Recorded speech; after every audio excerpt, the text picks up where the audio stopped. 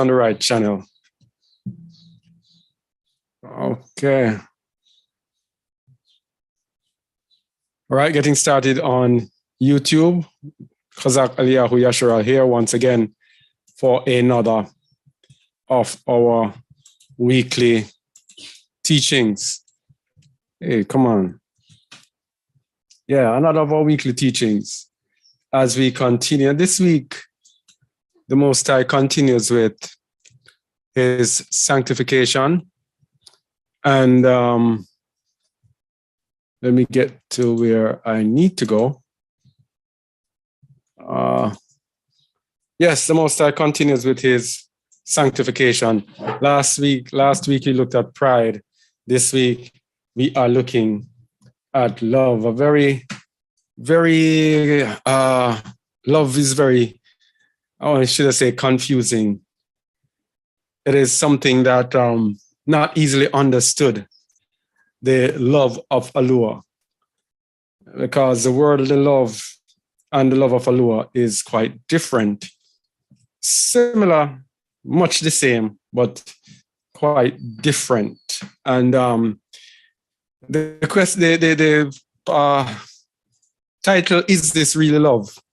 Is really aimed at the love that we have been trained to think it is love when we come as believers. And that is the love that we have been trained in Christianity. It's a different love from the love that comes through Yahuwah.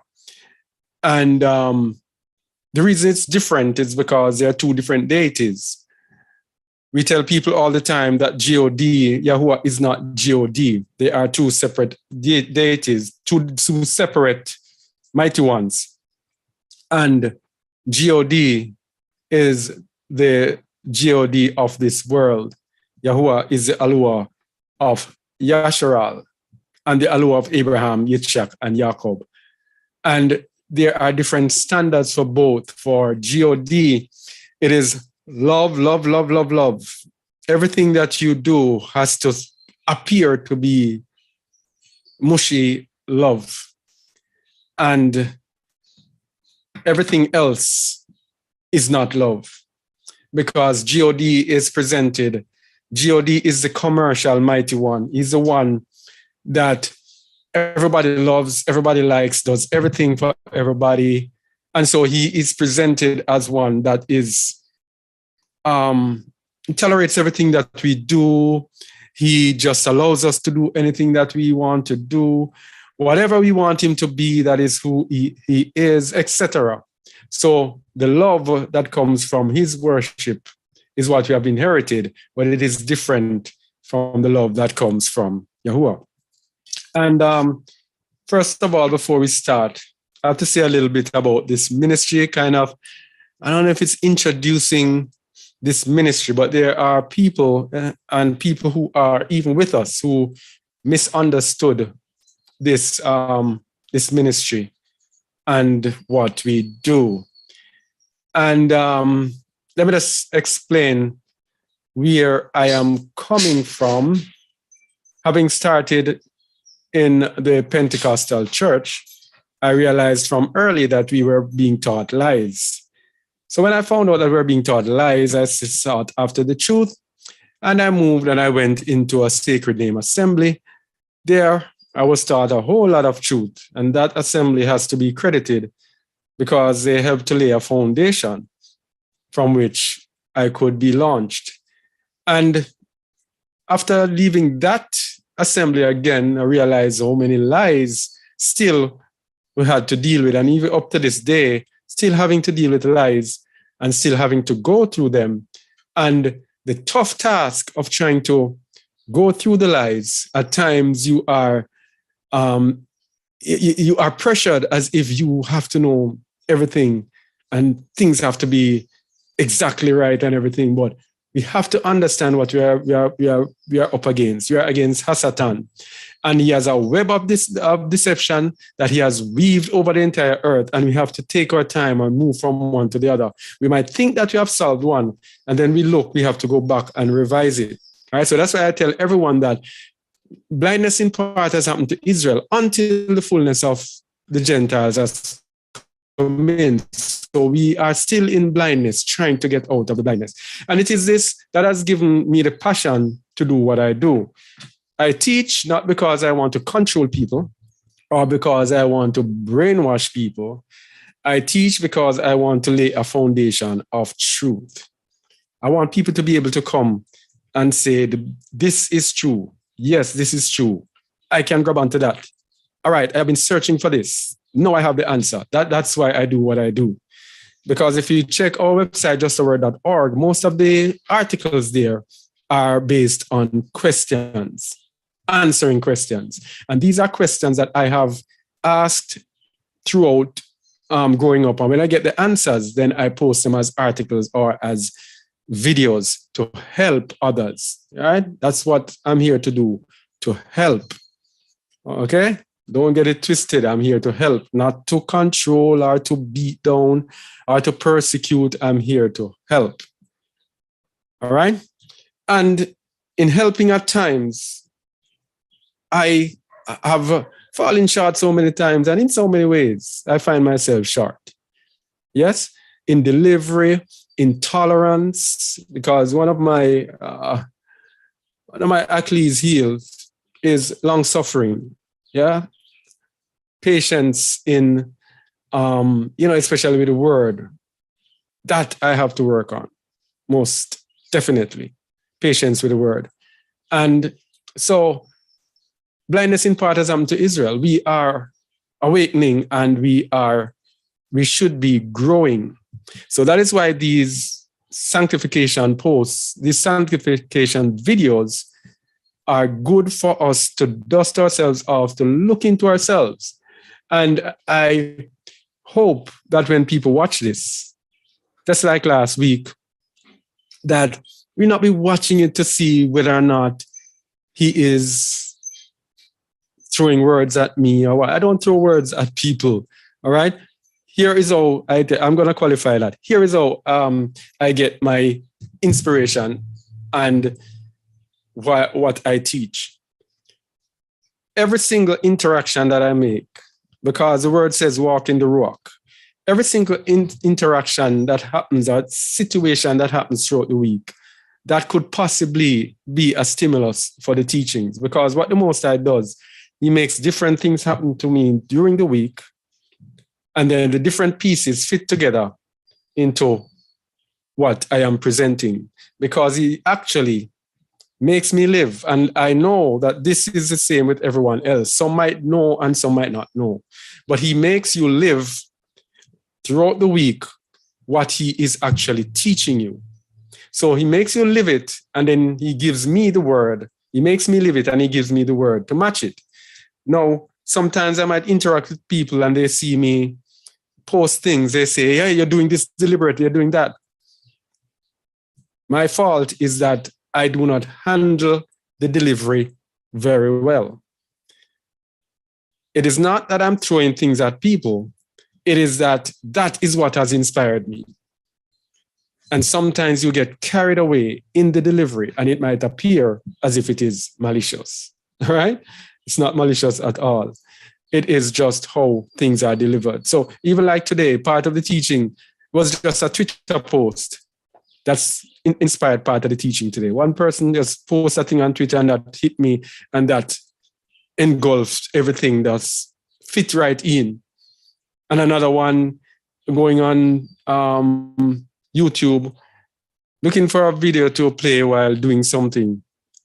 And I just saw something about Haggai, the book of Haggai.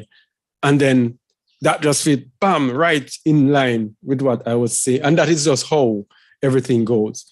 All right. If that person with Haggai had said to me that I mentioned Haggai and put it in your teaching, that's just it. Every experience that becomes part of the teaching. All right. And the teaching, and it's all in love, because it is because of love what I do. All right. Yeah. So that's basically it. Just want to, I guess that's that's just basically what I want people to know. And that, I've fallen short in a whole lot of ways. whole lot of ways in delivery. But it's a learning process. And the good thing is when you are willing to accept your faults and move on. The problem is when you or anyone else who is watching, anyone else, refuse to accept your fault and look on other people's fault and say, yes, yes, and celebrate and not look on your own fault. So today's teaching, I hope, will be for us a sanctifying process where we look into ourselves, not on others. Stop focusing on others and focus on me. Where am I falling short? All right? Because it's very important that if we do not get this thing right, then it's going to be a struggle moving forward. All right? If we get it right, then we move one step closer to perfection. All right? So let's go. And we'll begin with what is love? Is it Shamal? Is yours yet? All right, let me see. Oh, Gabriel is here. Yes. All right, go, Gabriel. 2 John 1:6-7. And this is love, that we walk after his commandments. This is the commandment, that as ye have heard from the beginning, ye should walk in it. All right, so this is the first distinction with love. When we says, is this really love? When we're comparing the love that we inherited from Christendom and the true love of the Most High. Christendom will not teach you that love is walking after the Father's commandment.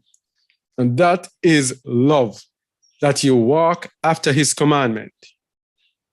Verse 7. For many deceivers are entered into the world, who confess not that Yahusha is come in the flesh. This is a deceiver and an anti-Messiah. All right, so we're going to dig deeper into this come in the flesh later, but many deceivers are entered into the world. So the deceivers who are entered into the world, they are going to not confess that Yahusha is come in the flesh. I don't want to go into the come in the flesh yet because we're going to go into it in more detail. But it calls them a deceiver. So if you do not confess that Yahusha has come in the flesh, and you are a deceiver, and you cannot have true love. 1 John 5:2-5. Read, please. By this we know that we love the children of Alua, when we love Alua and keep his commandments. All right, so as long as we love the Most High and keep his commandments, that is a surefire way to know that we love his people. Yes? When we love Alua and keep his commandments, yes, we may fall short in love at certain times. But then you cannot doubt that these people who love Alua and keep his commandments actually do love the children of Alua. Verse 3. For this is the love of Alua, that we keep his commandments, and his commandments are not grievous. Grievous. So as long as you keep his commandments, then you're going to have his love. And why is that? Because his commandments are love. All the commandments in there are to get you, are to make you love your brother. Primarily the first two, the two greatest commandments. Love Alua with all your heart, mind, and soul, and to love your neighbor as yourself. So in keeping the commandments, then you are going to love his people. Verse 4. For whatsoever is born of Alua overcometh the world. And this is the victory that overcometh the world, even our faith. All right, so if you are born of Alua, you will overcome the world. And we're going to look at being born of Alua separately later as well. Don't want to go into it yet as well either. And this is a victory that overcometh the world, even our emunah. So it's our emunah, it's our faith that will make us obey his commandments. And by obeying his commandments, then it's a surefire way for us to love our brothers. Verse 5. For who is he that overcometh the world, but he that believeth that Yahusha is the son of Alua? So we have a chain here. It begins with believing that Yahusha is the son of Alua. That will make you overcome the world. And it is our emunah in Yahusha which makes us overcome the world. And we will be keeping his commandments, and that is what also will make us overcome the world. And that brings us to Revelation 14:12. Here is the patience of the saints. Here are they that keep the commandments of Alua and the emunah or the faith of Yahusha. So it's faith plus obedience.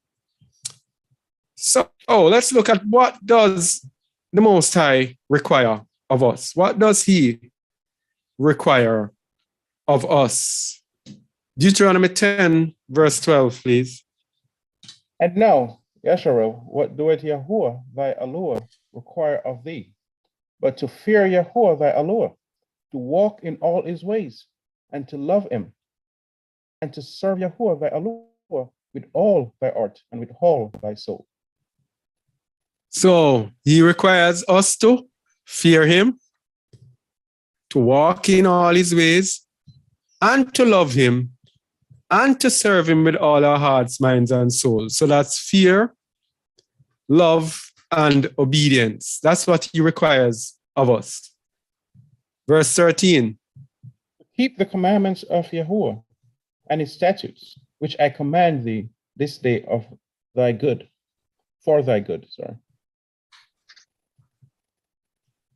So all of these work together for our goods. Good. The fear of Yahuwah, keeping his commandments, loving him, obeying him. All of those together work for our good. And so that is why we as believers, that is what we have to be striving at each and every day.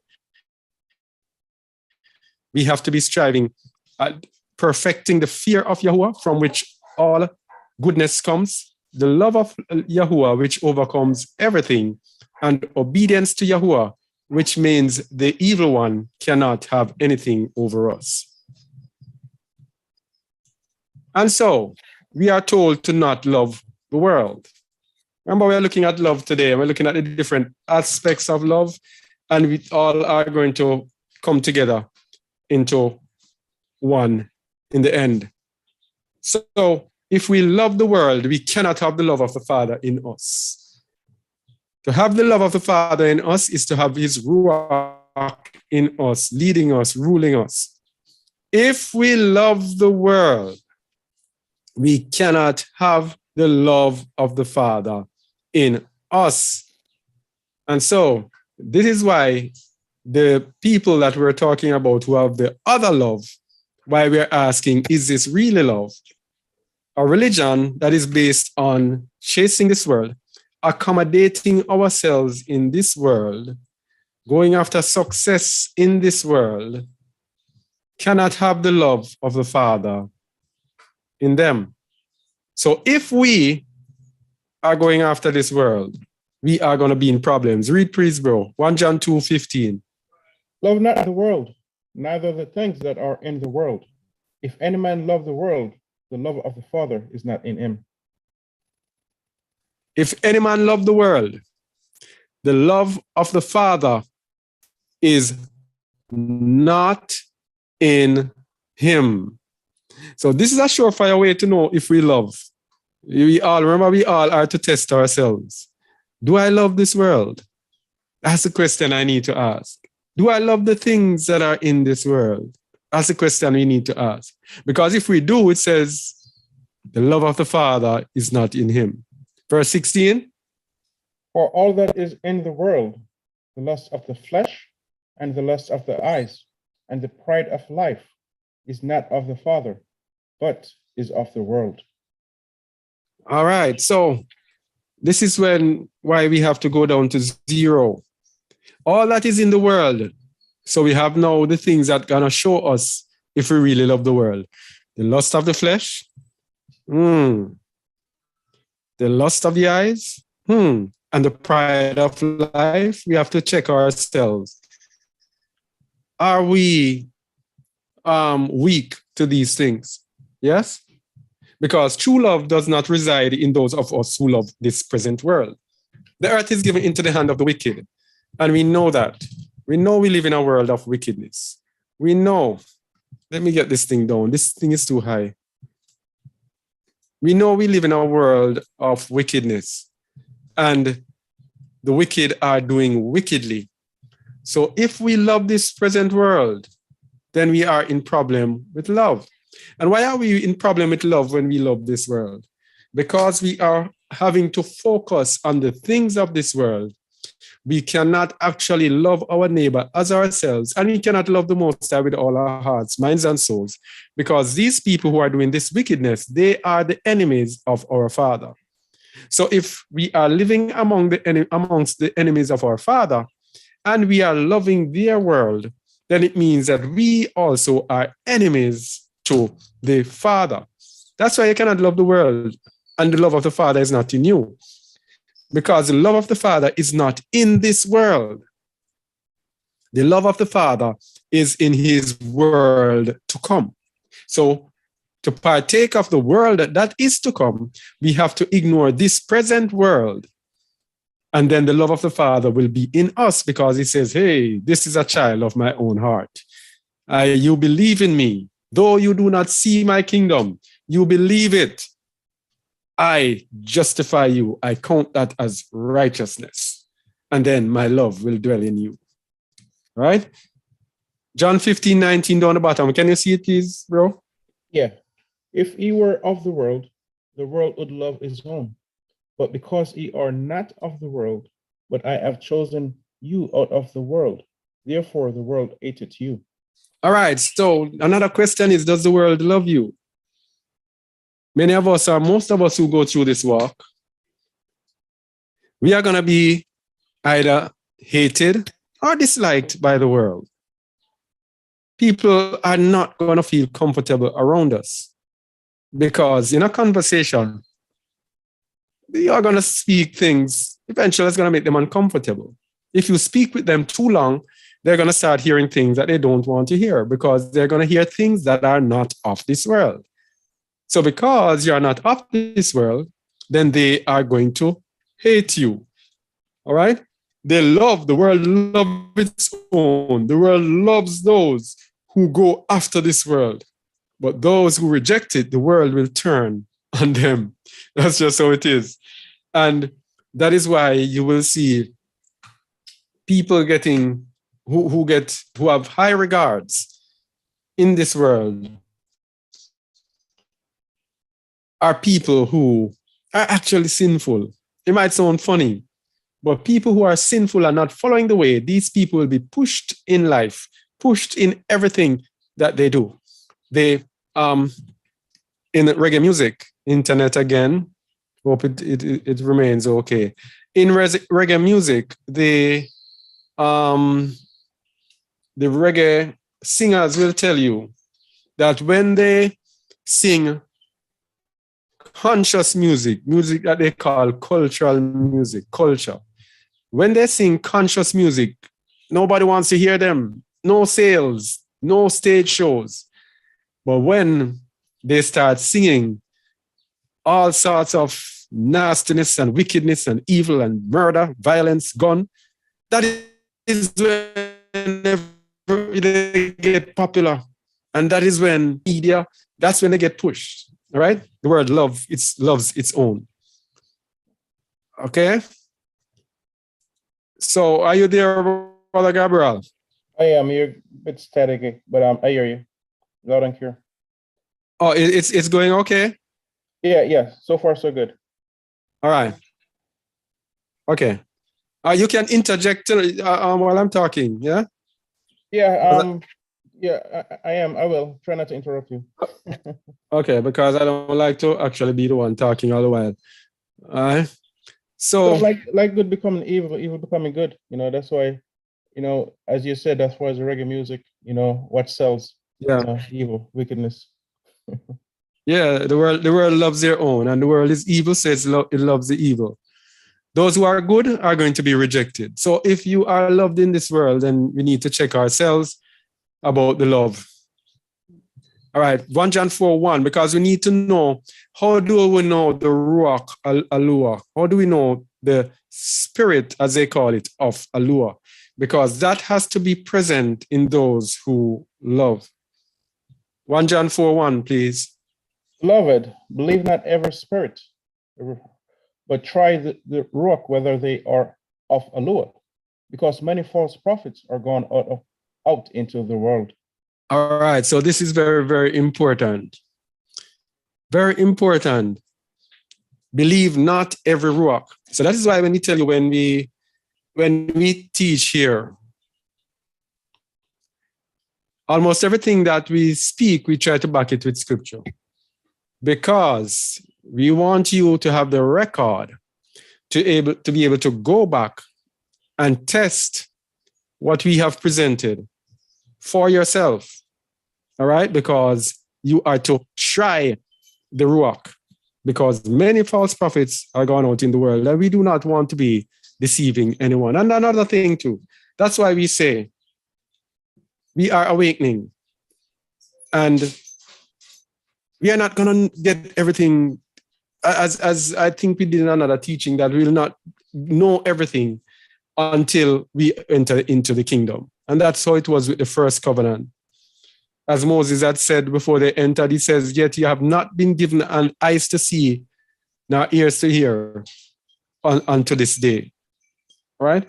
So if you see anything here, and I'm talking to those people who are even close to us, those who are local, if you see anything that might be out, please put it to my attention.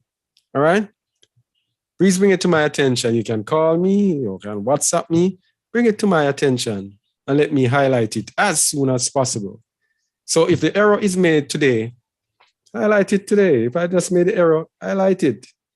And, so that the error can be corrected if necessary. And sometimes it will be the person who thinks they see an error might just learn something when it is expounded upon. Or I too might just learn something that I never knew before. All right? So please, for the sake of clarity and for the sake of the growth of the body, if you see any error, please highlight it, please. 1 John 4:2.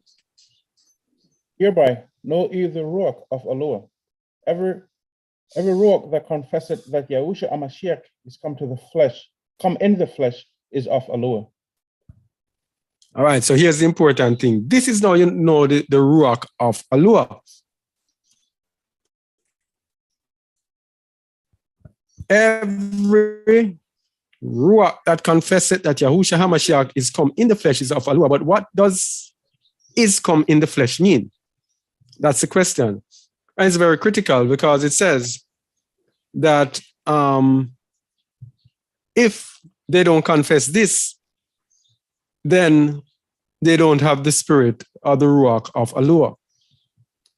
And this brought me to, as I told you on Twitter, this question came from Twitter from this brother. And he asked this question: what if Christianity is actually the religion of the Antichrist? Like the religion that leads rebellion against Eloah and his son. And it just fell right in with this that we're going next, which is come in the flesh. They come in the flesh there. They come in the flesh. Where is it? It's come in the flesh. It is from the Greek word sarx. So the question is, what does flesh mean? And we are the Apostle Shaul using it here. 2 Corinthians 5:16. Wherefore, henceforth know we no man after the flesh. Yea, though we have known Hamashiach after the flesh, yet now henceforth know we him no more. So we use this verse to show that they knew Hamashiach after the flesh, which means it comes from the Greek word sarx, probably from the base of G45 as stripped of the skin. That is strictly the meat of an animal as food, or by extension, the body, as opposed to the soul or ruach. So we have to confess that Yahushua he came as a man, 100% man, devoid, not talking about anything to do with the soul or the ruach. So the Christians will say that he is God.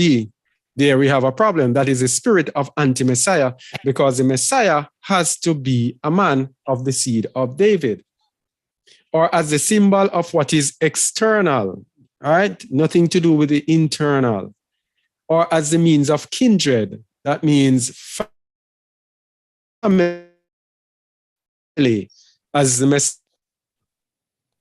is the seed of David. His frailties, physically or morally. So the Messiah came as a man with the same frailties as man, physical and moral frailties, right? He was born as a man. He came back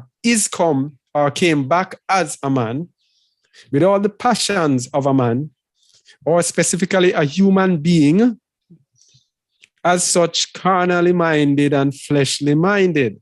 So he was 100% human being, nothing to do with the ruach.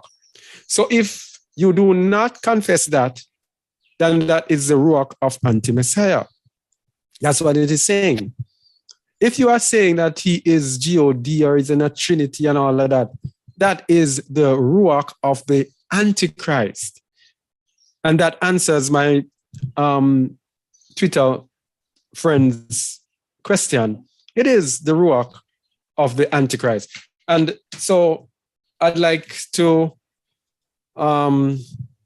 recommend that you watch the last video that we did on Kazakh Eliyahu channel. That video is very, very powerful. What is the beast of Revelation 13? Okay? Check that out and you will see definitively that Christianity is the religion of the anti-Messiah. It's the second beast of the book of Revelation.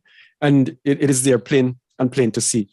So this is our mark to know whether or not we have the ruach of the Most High.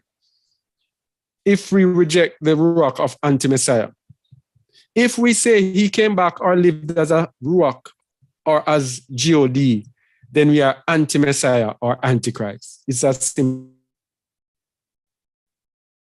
as that, right? So those are simple foundations from which you know love. If we keep his commandments, if we have the love of Allah in us, if we do not say that he came as a spirit, we have the spirit of anti-Messiah.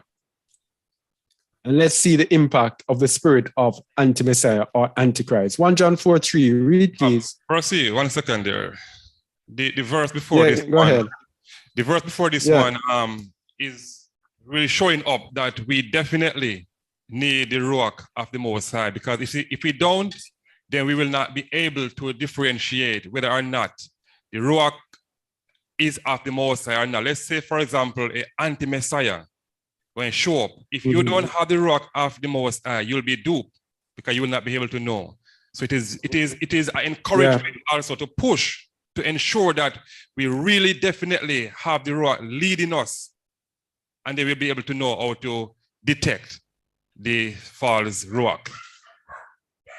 Yeah, most definitely. And if we can't detect it, then we will be deceived. Wow. The spirit of anti-Messiah. 1 John 4:3. Read, please. And every ruach that confesseth not that Yahushua HaMashiach is come in the flesh is not of Allah. And this is that ruach of anti-Messiah, whereof ye have heard that it should come, and even now already it is in the world. Because at that time when they were speaking, there were people who actually said, who saw the Messiah. There are people living at that time when Yahuchanan wrote that, who actually saw the Messiah when he returned. But there were people now, that's the spirit of anti-Messiah, who were saying, no, he did not come back. He did not come back in the flesh. He did not come back. That is the ruach of anti-Messiah. And that comes right down to us now today, who, though not seeing, have rejected. And this brings me to the Old Testament only people. They reject the Mashiach. The other day, one was speaking with me on YouTube, He just came and just got bombarding.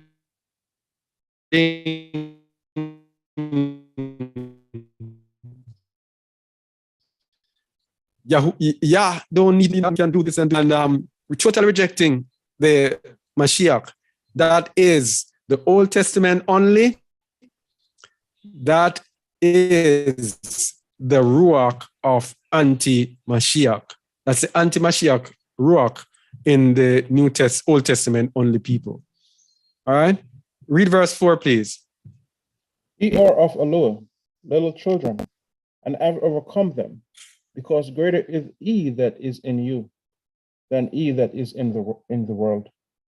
All right, so you have overcome the anti-Mashiach because greater is he that is in you, that is the Ruach of Eloah is in you, because you confess that he came in the flesh, but it is greater than them who say, no, he did not come in the flesh. So you can overcome them, all right? So if we confess that he is God or came back as God, that's the spirit of anti-Messiah. If we do, we cannot have the love of Eloah in us.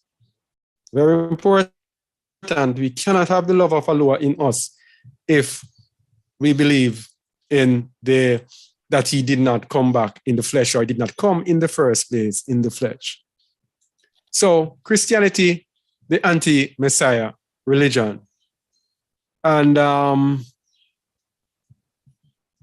we're going to read two verses that Revelation 5:6, read please. And I beheld, and lo, in the midst of the throne and of the four beasts, and in the midst of the elders, stood a lamb as it had been slain, having 7 horns and 7 eyes, which are the 7 ruachs of Eloah, sent forth into all the earth. All right, so what we are saying now, here's what people are actually confusing. The 7 ruachot of the Most High was actually given to Hamashiach. Read John 3:34, please. Okay. For he whom Eloah had sent speaketh the words of Eloah, for Eloah giveth not the ruach by measure unto him. Yahuwah did not give him the ruach by measure, so he gave him the 7 ruachot, and that is also prophesied in Isaiah 11, verse 2. So the Most High giving him the 7 ruachot, and what did the Messiah say in Matthew 28:18? He said, all power has been given me. Is it power? I think it was power. All power has been given me.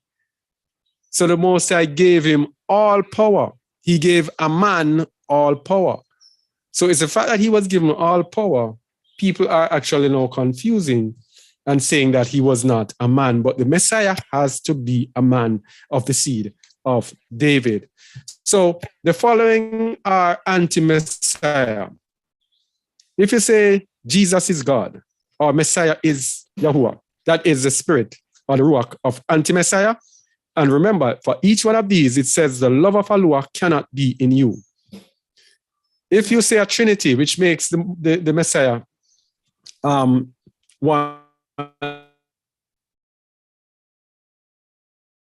with the Most High, then that's Messiah. If you believe in the false Messiah,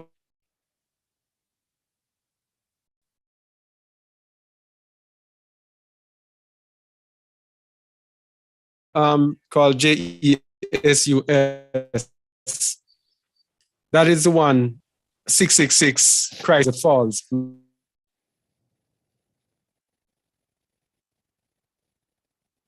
Messiah. All right. If you follow the religion of Christianity, Catholicism, or other branches of Christianity, then you actually follow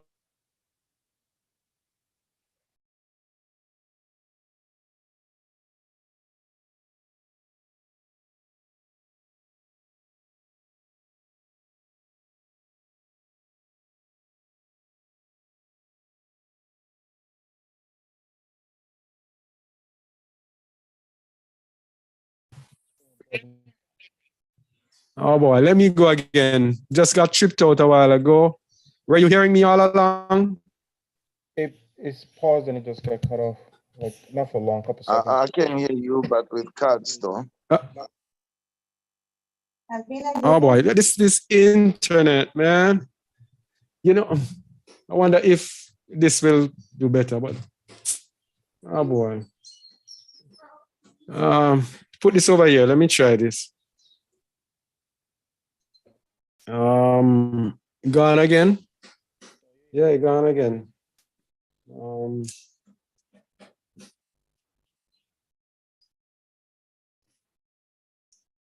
Put it right up where me put it last name.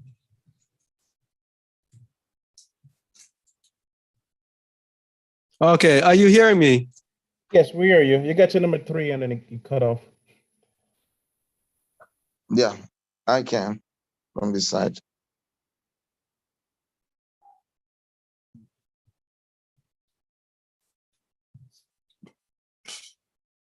All right, let me try now. Let me see. Are you hearing me now? Yes, we're hearing you. Can you hear us? Yeah. I'm trying something different, so let's hope that it goes better. Okay. So I was at number 3 and it got cut off? Yes. Wow. All right, so if you believe in the false Messiah, you heard that one? Yes, we did. That's where it got cut off. All right, and number 4, if you believe in Christianity, Catholicism, any branch of Christianity, then you follow the second beast of Revelation 13. If you follow the false image of the Messiah, Christ on a cross, this cross thing, then you are anti-Messiah. And a reminder that the Messiah was given to us by the beast, and that God and Jesus are the gods of this world, according to 2 Corinthians 4:4. So Messiah was raised from the dead as 100% human being. And when he arose, this is what he said, Luke 24:39. Can you read, please? Behold my hands and my feet, that it is I myself. Handle me and see, for a rook hath not flesh and bones, as ye see me have. A rock does not have flesh and bones, as you see me have. So when he returned, he came in the flesh. This is how he was born, in the flesh. And he says, a rock hath not flesh and bones. So it's telling you that he did not come back as a rock. Came back as flesh and bones. All right? So very important now, the connection between what we just said and love. Connection between love and the ruach of anti-Messiah. Those with the anti-Messiah, what they call antichrist spirit, love the world and speak of the world. And this is why the religion called Christianity is so worldly. All right? We're saying this not to knock anyone. We're not saying this to put down anyone. We're saying this to wake up people to the truth. All right? It is what it is. It is the absolute truth. Read 1 John 4:5, please. They are of the world, therefore speak they of the world, and the world heareth them. Mm-hmm. Continue. And remember, this was speaking about those who have the ruach of anti-Messiah. It's continuing from 1 John 4:4 or 3 and 4 when it talks about anti-Messiah. So those who have the anti-Messiah spirit, they are of the world. Therefore speak they of the world, and the world heareth them. So they will be concerned with the things of this world, loving the things of this world. And that is why religion concerns itself so much with this world, with its tithes and offering system and its blessings and prosperity gospel and all of those things, because it has to accommodate its believers in the world. And with God, the mighty one who only gives you what you want and doesn't tell you anything that you don't want to hear. That is to accommodate them in the world. And I was having a conversation this week with someone, and they were talking about family. And it was brought up that the people in the family, in the average family, this is the people in the average family, they will not want to hear what we are saying because it does not accommodate us in the world. So they don't want to worship Yahuwah.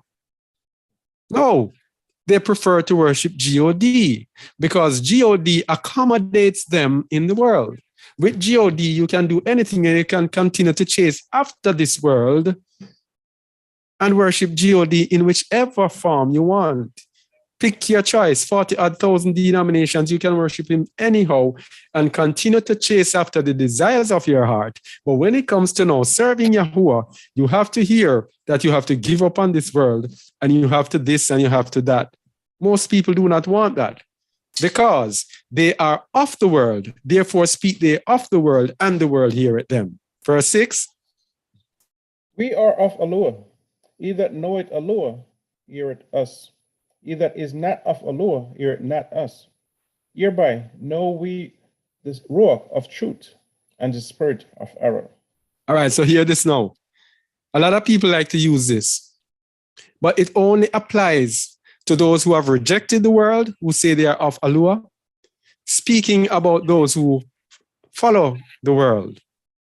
It is not speaking of somebody in your assembly who has left your assembly and all of that. It is speaking of people who love the world versus people who have rejected the world. All right? So he that is not of Elohim are those who love this world. And they will not hear us. And that is why when we go and we minister and we speak to certain people, as long as they are of the world and their mind is trained on this world, it's going to be very difficult for them to accept us. So that is why it doesn't even make sense. We waste too much of an energy on certain people when we figure out that they actually do love this present world. They first have to get over their love of this world. Something has to happen to let them forget about the love of this world, or else it's going to be almost impossible to reach them. Because it says, he that is not of Elohim, which is those who love this world, they are not going to hear us.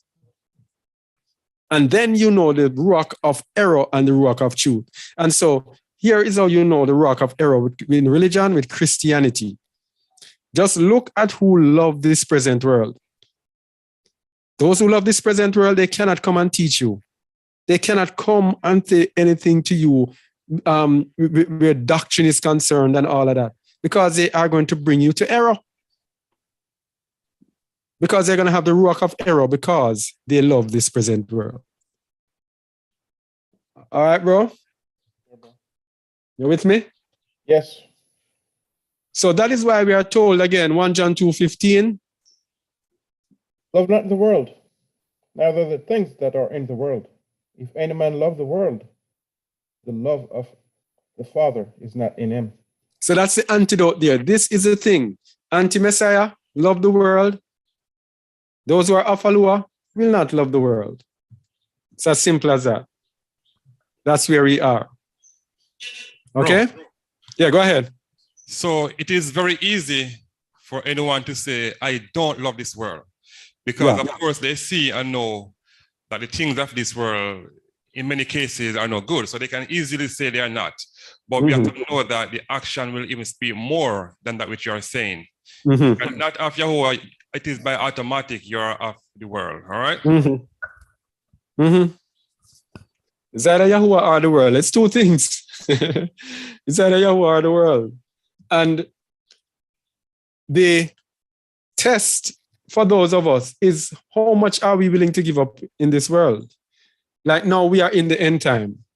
The time of the mark of the beast, the time of everything. The Revelation is just fulfilling itself right before our eyes. And we have so many of us in religion who refuse to let go of this world. So many of us, we refuse to let go. It's like, even the other day when they had the break and they gave us a breathing spot and we said, oh, they're giving us a breathing spot to come harder.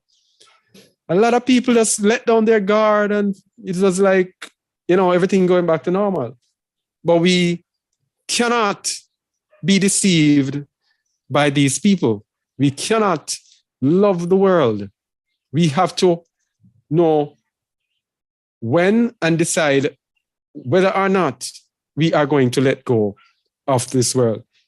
As I was posting maybe yesterday on my WhatsApp timeline status, we've reached the point where we have a status. We have to make a decision. Every one of us right here, right now, anyone listening to this, have to make a decision. It is either this world or it is Yahuwah. You can't have your cake and eat it too. So you can't be sitting there saying you're serving Yahuwah and you continue your life in this world. It doesn't make any sense. Because when they say peace and safety, then sudden destruction cometh upon them like travail upon a woman with child. So many of us are accommodating ourselves in this world, still going after this world, going after the same old routine that everyone does in this world and say we are walking in the way. We need to actually decide our minds right now. And even if you're still in the world doing whatever you have one foot, a toe just ready. When it's time to move, you just bam and move. And make sure that you're not in a position, because you have some people who are in certain positions where for them to move, it would take so much effort for them to move. If something happens quickly, they cannot move quickly. Yeah? We have to make sure that we prepare ourselves and we don't love this world. All right? All right. So another very important point that we want to look at now is being born of Alua. How come this? Let me get this. Because this is very serious, being born of Alua. Because there is something very further on that says if you are born of Alua, you cannot sin. So we have to look into this very carefully. Being born of Alua. 1 John 4, 7-8. 1 John 4, 7-8. Go ahead, please. Beloved, let us love one another, for love is of Alua, and everyone that loveth is born of Alua, and knoweth Alua. All right, so here's a connection with love. Love one another, for love is of Alua. Everyone that loveth is born of Alua, and knoweth Alua. Continue. He that loveth not knoweth not Alua, for Alua is love. So without love, we don't know Alua. Remember, the love begins keeping his commandments. Love begins with not saying that Messiah did not come in the flesh. Love begins with loving one another as ourselves. Verse 9. And this was manifested the love of Alua towards us. No, I'm not supposed to be there as it. Oh. All right. Let me get back to the thing to get. Yeah, 1 John 5, 1. 1 John 5, 1. 1 John 5, 1. Go ahead, please. Whosoever believeth that Yahusha is the Messiah is born of Alua, and everyone that loveth him that begat loveth him, and loveth him also that is begotten of him.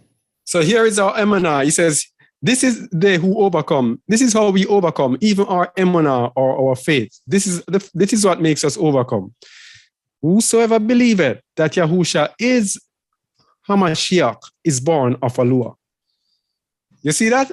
Automatical spiritual operation takes place on us when we believe that Yahusha is Hamashiach. Now, what's the significance of this?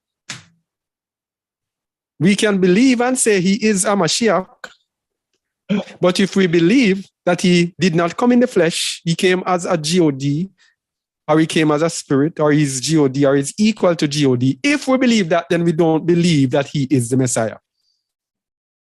Because the Messiah must be 100% human being flesh. Yes? So it is believing that the Most High has this spiritual operation that takes place in us, and we are born of him. So everyone that loveth Hamashiach, everyone that loveth Yahuwah will love him also that is begotten of him. So you also love Yahusha. And that gets us again to Old Testament only. If you love the Father, there's no Father without Son. When it comes to love. Because if you love the Father, you're going to love the Son. And if you love the Son, you're going to love the children of the Most High. Verse 2. No, I didn't know. Verse 2, not yet. Not time for him yet. 1 John 3, 1 to 15.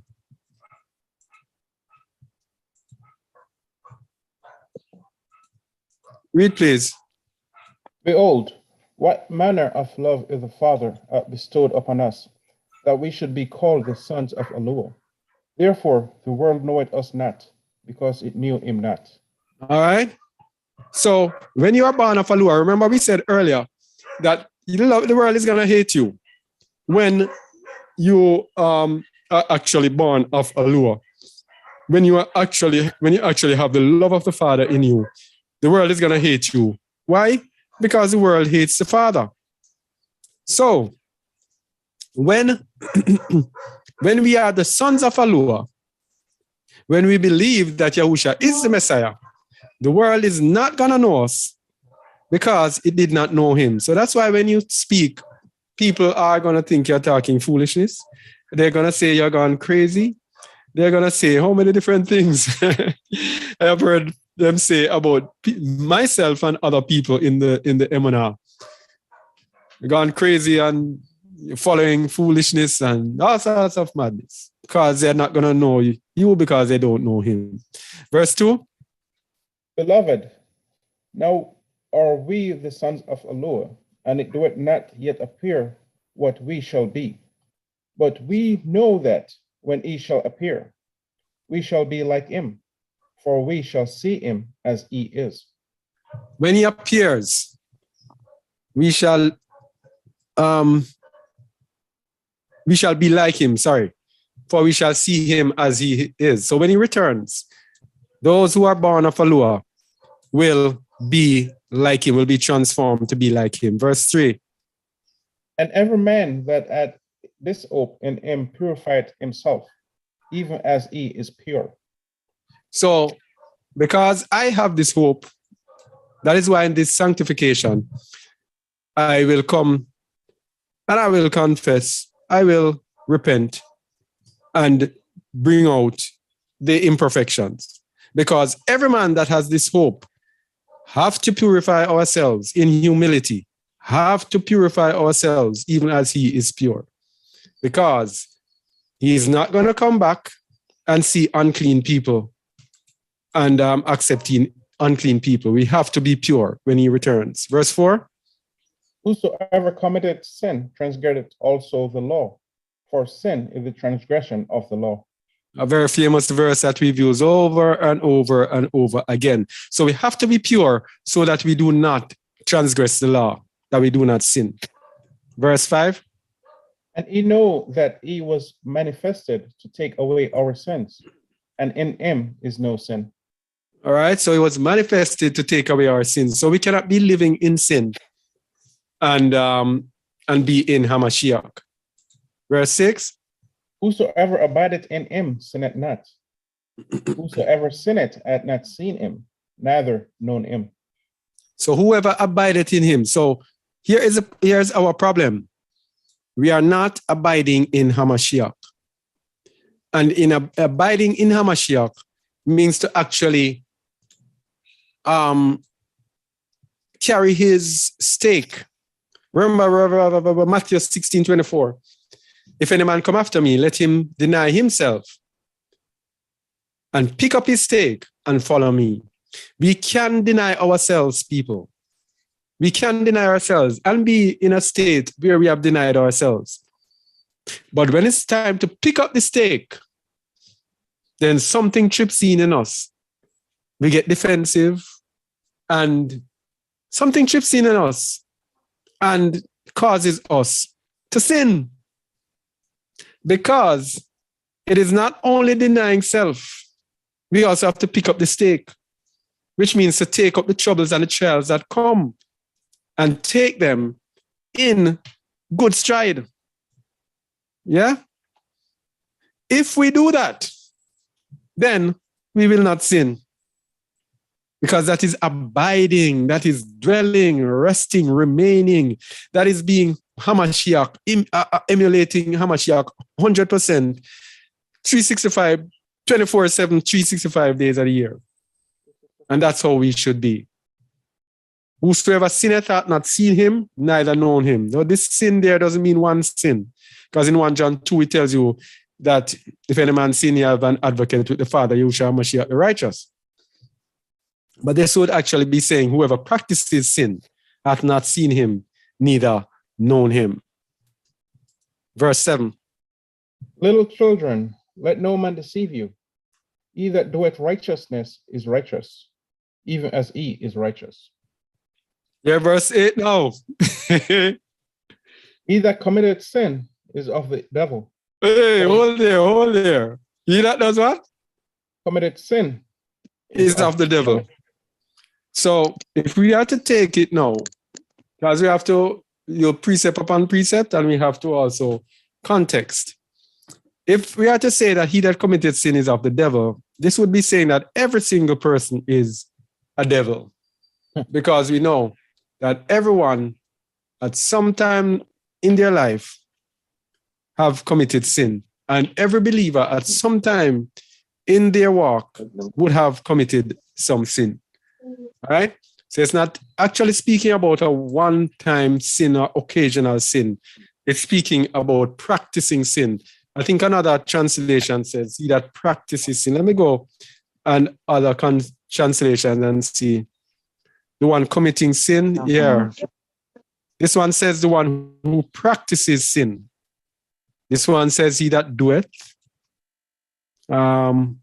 This one says anyone who keeps on sinning.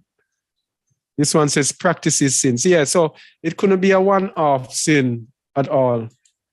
Would this be considered willful sinning? Pardon? Would this be considered willful sinning? Sinning willfully? Yeah. Yes, you got it. Practicing sin is sinning willfully. Over and over again, you're doing the same thing over and over. Like it's a pastime. That's called iniquity. And that's why the Messiah says, when he comes back, he says, not everyone that says, Master, Master. And he's going to say, depart from me, you workers of iniquity. So this is iniquity. All right. So read 1 John 3:8 through again, please. He that committeth sin is of the devil, for the devil sinned from the beginning. For this purpose the son of Eloah was manifested, that he might destroy the works of the devil. All right, so that's why the Messiah was there, to destroy the works of the devil. But verse 9 says, whosoever is born of Eloah doeth not commit sin, for his seed remaineth in him, and he cannot sin, because he is born of Eloah. All right, so here's another profound verse now. This is actually saying that if you're born of Eloah, it's impossible for you to sin. Yeah? And what did we say you are born of Eloah? Is believing that Yahusha is the Messiah. So he's actually saying that doing that, you cannot sin. Is this what he's talking about?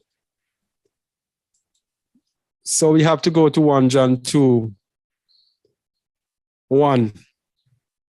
Read, please. My little children, these things write I unto you, that ye sin not. And if any man sin, we have an advocate with the Father, Yahushua HaMashiach, the righteous. So we have to bring in this now, to bring it in context.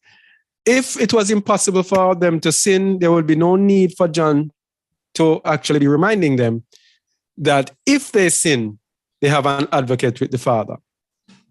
Because verse 2 says, and he is the propitiation of our sins, and not for ours only, but also for the sins of the whole world. So he is the atonement for our sins. That's it. So when we slip up and we sin, we repent in the name of Yahushua HaMashiach, and our sins are forgiven. But that is not for willful sin, for deliberate sin, which we will actually face the brunt. Willful sin will face the brunt of it. And sometimes we are going through some really, really rough, tough times and going through some rough trials. It's the mercy of the Father. Let me tell you something. Sometimes we are going through some things. It is the mercy of the Father who is making us pay for our willful sins. When David sinned willfully and sent Uriah to the battleground so that he could be killed, so that he could get Bathsheba. He repented, but guess what? He had to pay. The Most High was merciful to him, that he did not carry that sin to his grave. And the Most High took the child from him. And so when David heard that the child died, he stopped crying right away and went right back, and he was fasting and not eating, and right back and he started eating. Right? He realized that the Most High had made him pay for his sin, and that is a good thing. So a lot of times we are going through hell and high water. It is that we have sinned willfully, and the Most High has been merciful for us through this life to pay for the sins and not to carry it with us before him at the judgment. Verse 10. In this, the children of Allah are manifest, and the children of the devil. Whosoever doeth not righteousness is not of Allah, neither he that loveth not his brother. All right, so we have a distinction here now. The children of Allah and the children of the devil. If you don't do righteousness, then you're not of Allah. If you don't love your brother, you're not of Allah. When you are of Allah, you are going to love your brother and you are going to do righteousness. So we come now into loving one another. Verse 11. For this is the message that he heard from the beginning, that we should love one another. Verse 12. Not as Cain, who was of that wicked one, and slew his brother. And wherefore slew he him? Because his own works were evil, and his brother's righteous. All right, so bad mind. We say in Jamaica, bad-mindedness. That was why Cain slew. So it's saying that we must not be like Cain, bad-minded against our brothers. Verse 13. Marvel not, my brethren, if the world ate you. Continue. We know that we have passed from death unto life, because we love the brethren. He that loveth not his brother abideth in death. So just simply the love of the brethren lets us abide in eternal life. That's how powerful loving love of the brethren actually is. And he that loveth not his brother abideth in death.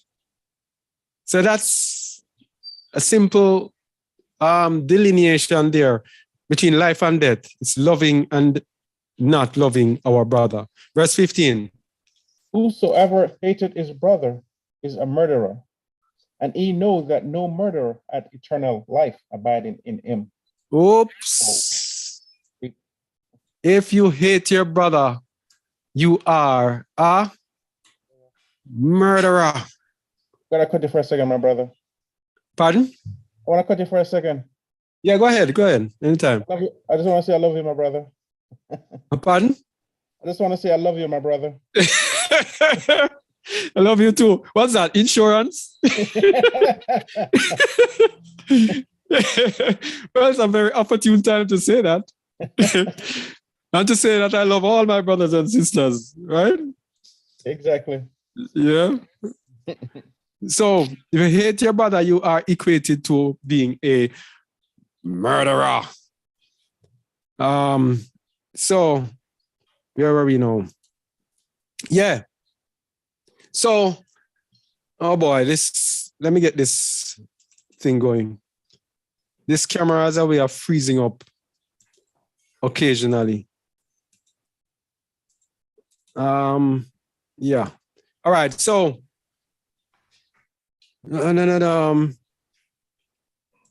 what is the greatest manifestation of love for the brethren.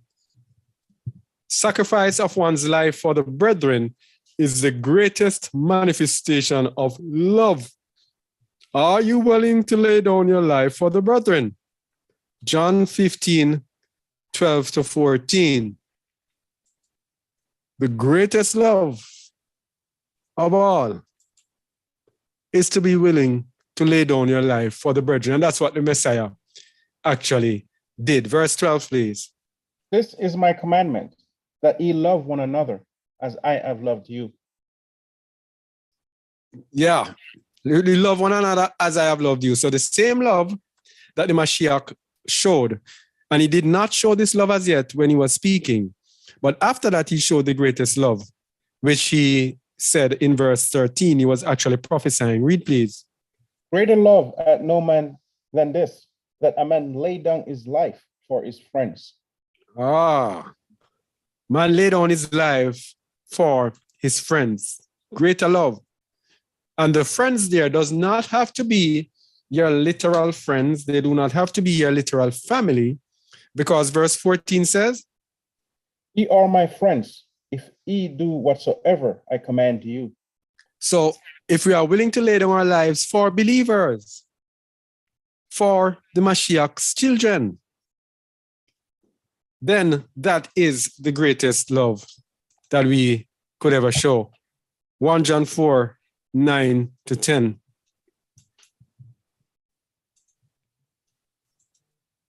One John 4, 9 to 10. Read, please. In this way manifested the love of Elohim towards us, because that Elohim sent his only begotten Son into the world, that he might live through him, that we might live through him. Sorry. And so, Yahuwah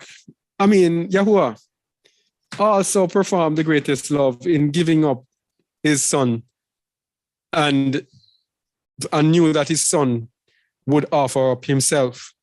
That is also the greatest love. And so this is the love of Allah, that he first loved us, and gave us his Son in order for him to offer up himself for us, so that we can have an atonement for our sins. Continue.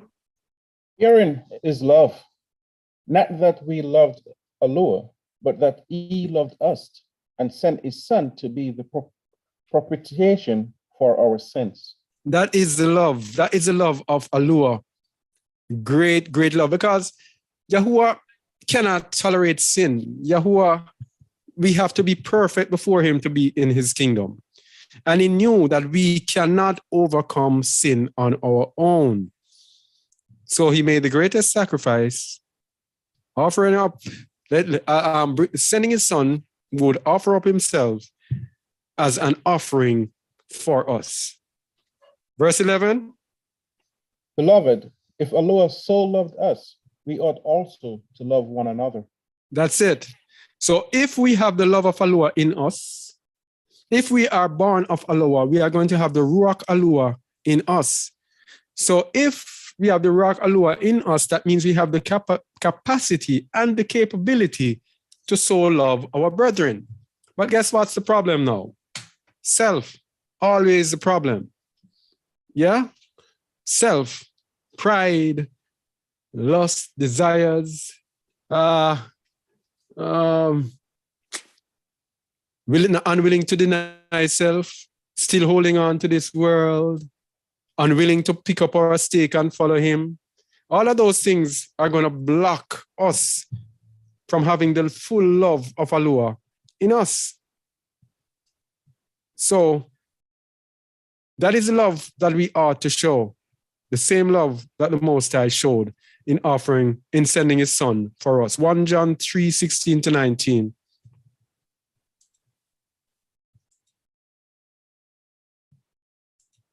Remember, people, it's a sanctification for us to look into ourselves so that we can be better people, because we are busy talking about this doctrine and this prophecy and this and that, and we are not yet perfected and ready when it comes to love to enter the kingdom. Wake up. Yeah. Of course, as I said before, I'm speaking to yours truly. First and foremost, 1 John 3:16. Read, please.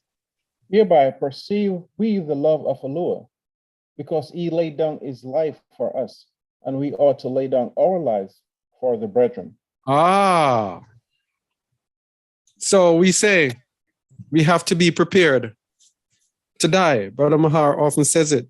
We have to be prepared to die. But to die for whom? To die for the brethren. Yeah? We have to be prepared to die for the brethren. And I hope we get to the book of Haggai, which is going to show us actually what we need to be doing in this end time with the time that we have.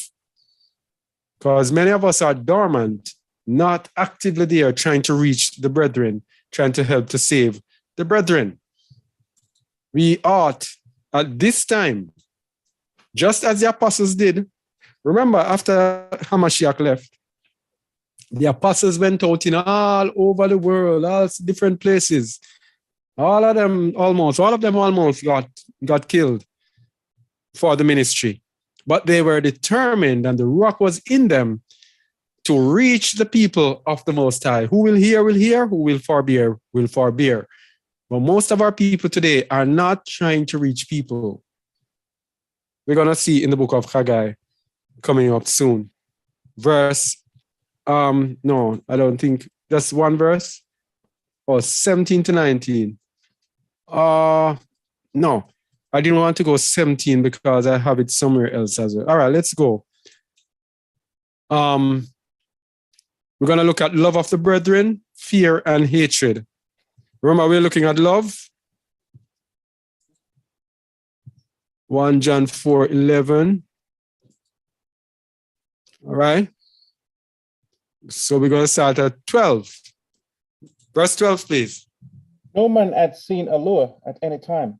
If we love one another, Allure dwelleth in us, and his love is perfected in us. All right, so hear this now, Brother Gabriel. If Jesus was God, as they say, how can Yahukanan say this? You got what I'm saying? Yes, can't be the same. They can't be the same. He says, no man. And they have told you that they touched and they handled him. In the book of John 1. Is it John 1 or Hebrews? That which our hands have touched and handled. He was speaking about the Messiah. So if the Messiah was God, it couldn't be talking about him. No man had seen Allure at any time. But continue, if we love one another. If we love one another, Allure dwelleth in us, and his love is perfected in us. All right. So if you have a set of people who are gathered together, if there is not love of one another amongst the people, then the Most High will not dwell in us, in them, and his love will not be perfected in us, in them. All right? So we have to make sure that wherever we are assembled, love is at the forefront, or else we are going to be in problem, because the Ruach Yahuwah will not be there dwelling among us. Verse 13. Hereby know we that we dwell in him, and he in us, because he had given us of his Ruach. All right. So if the Ruach is proof, the Ruach beareth witness with our Ruach that we are the sons of Allure. That was said sometime in another place. So it is the Ruach that is going to be our witness. Verse 14. And we have seen and do testify that the Father sent the Son to be the Savior of the world. All right, let me see if I've gone this far. Am I to go this? Oh yeah, go ahead. 15. Yeah. Whosoever shall confess that Yahusha is the son of Allure, Allure dwelleth in him, and he in Allure. All right, so this is again the same thing. Whoever believeth that Yahushua Mashiach is the Messiah, then Alua dwelleth in him and he in Alua. So let me ask you something now. So those people who are Old Testament only, who reject the Messiah and say, no, Old Testament, that's a Greek creation, and Old Testament, New Testament is a lie. The New Testament is this. What is it saying about them, Gabriel? It's saying that the Most High does not dwell in them. That's correct. But this is very, very, very profound. Oh boy. Anyway, continue. I mean, there's no love there. Exactly. And let me tell you something. I've had quite a few of them come at me. And trust me, it is nothing strange what I'm seeing from what they say and how they act. Continue. 16. And we have known and believed in the love that Alua had to us. Alua is love, and he that dwelleth in love dwelleth in Alua, and Alua in him. Let me just say, anyone who is watching this who is Old Testament only, well, I guess if they're Old Testament only, they won't reach so far because this is mostly New Testament. The one who's Old Testament, you need to get the understanding of Hamashiach. Trust me on that. All right. Alua is love, and he that dwelleth in love abideth in Alua, and Alua in him. Continue. Herein is our love made perfect, that we may have boldness in the day of judgment, because as he is, so are we in this world.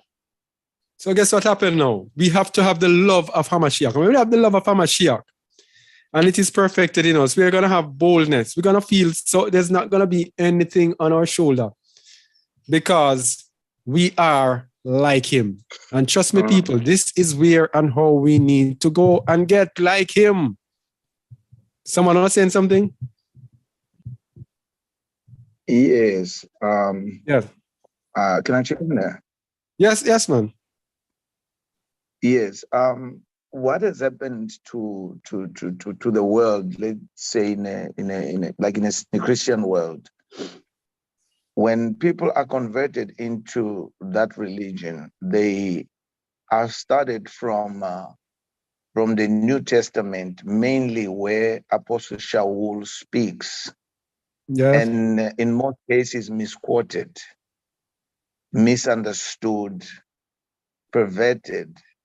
That's where the problem lies. If we, as we had studied in the Torah, being taught in the Torah, and then transcend into the New Testament to speak about love, speak about the salvation, about who Messiah is, it would have been much, much better for mankind. But none of this has ever happened.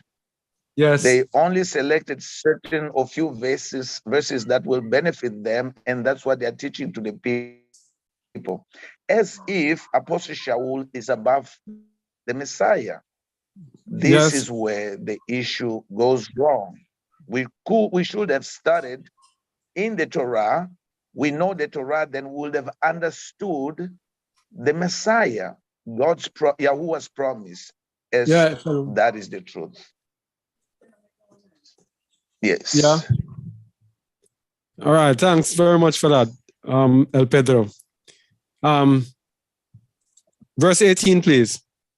There is no fear in love, but perfect love casteth out fear, because fear add torment. Either fear is not made perfect in love. All right. So here's this now. There is no fear in love. If we are, as believers, we are feeling fearful, then it means that we have not been made perfect in love. And how are we made perfect in love? When we fear Alua, when we fear our Father, then we will have no need to fear anything or anyone else. That is when we are made perfect in love. You're saying something, Pedro? Yes, I'm sorry. I was saying that we are witnesses of that because fear is gone. We speak the truth knowing that truth is offensive, but only the truth can save. So therefore, fear is not in us anymore because the love of Yahuwah has brought us to know and understand that there are better things that are awaiting us. So therefore, for now, the love that must abide in us is the love of Yahuwah through Yahushua HaMashiach, as we love our brethren. Yes. All right. So here's another thing though. And the word itself can bring us to be fearful at times, but that is when we do not respond to the word. We have to respond to the word because the word itself can make us fearful. So fearing Yahuwah would mean that we do whatever he says we should do. And when we respond to Yahuwah and his instruction and his commandments, then when the word comes, then it will provide no fear. So for example, in this world, we hear of the different things that are coming upon this world. If we are made perfect, if we are walking after the commandments of the Most High, listening to his words and his instructions, then we should not have the fear that other people have. We should not have the fear when you hear mpox that is coming and we see pictures of people. We should not have that fear in us because our fear is in Yahuwah. And that fear makes us obey him. And in obeying him, then we would know that Psalm 91 says, if you know his name and you believe on him, then he will protect you. All right? So there should be no fear if we fear Yahuwah. And if we are having fear, then it means we need to actually check ourselves and actually dig deeper in our fear of Yahuwah, in responding to his words, because the fear of Allah gets us to do his commandments. We truly fear him. Whatever he says we will do, we will do. And when we respond, bam, everything is going to be automatic. And after a few, we will just not be fearful. All right? Hallelujah. 1 John 4. You're saying something else, Pedro? No, I was saying hallelujah. Praise be to Yahuwah. Verse 19, bro. We love him because he first loved us. Continue. If a man say, I love Allah, and hated his brother, he is a liar. For he that loveth not his brother, whom he had seen, how can he love Allah, whom he had not seen? Very, very profound verse here. How can we say we love Allah and hate our brother? That makes us a liar. What's his name? Gino Jennings. You're a liar. So we have to ensure that we don't hate our brother. Okay? Because you can't hate your brother and say you love the Most High. They just don't go hand in hand. And verse 21 says, and this commandment have we from him, that we love Allah, that who loveth Allah, love his brother also. You see that? It's one package. And of course, this matches the great commandment, first and great command. Love Allah with all your heart, mind, and soul, and love your neighbor as yourself. Nothing new there. So the question is for us now, how do we treat our brother? How do we treat our brother? And we have a few verses here of things that we need to pay attention to.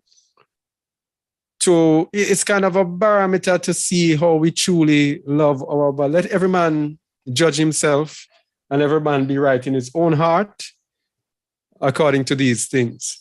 1 John 3:17. Read, please. Is that up top? Yeah. Okay. Yeah. But whoso at this world's good and seeth his brother of need, and shutteth up his bowels of compassion from him, outdwelleth the love of Allah in him. All right. So that's it. We cannot have this world's good and see our brother in need. And then we just shut up. The compassion that is in you, just shut it off. That means the love of Allah is not in us. Because if you see your brother in need, the Most High, being the provider, is going to convict us to help our brother. It's as simple as that. So many of us are living for ourselves. We have to now start checking ourselves. Leviticus 25:35. Read, please. And if thy brother be waxen poor and fallen in decay with thee, then thou shalt relieve him. Yea, though he be a stranger or a sojourner, that he may live with thee. All right. So if the brother reaches to the point where he's so poor, we should even be to the point of taking in that brother and let him live with us and let him be one with us. Because when you take in a stranger, the word says, one law shall be to you and the stranger that sojourns among you. And it also says you shall not oppress a stranger or a poor. I think he's going to say it in the next few verses. Continue, please. Thus speaketh Yahuwah Sabaoth, saying, execute true judgment and show mercy and compassion every man to his brother. Every man to his brother show compassion. Continue. And oppress not the widow, nor the fatherless, the stranger, nor the poor. And let none of you imagine evil against his brother in your heart. All right.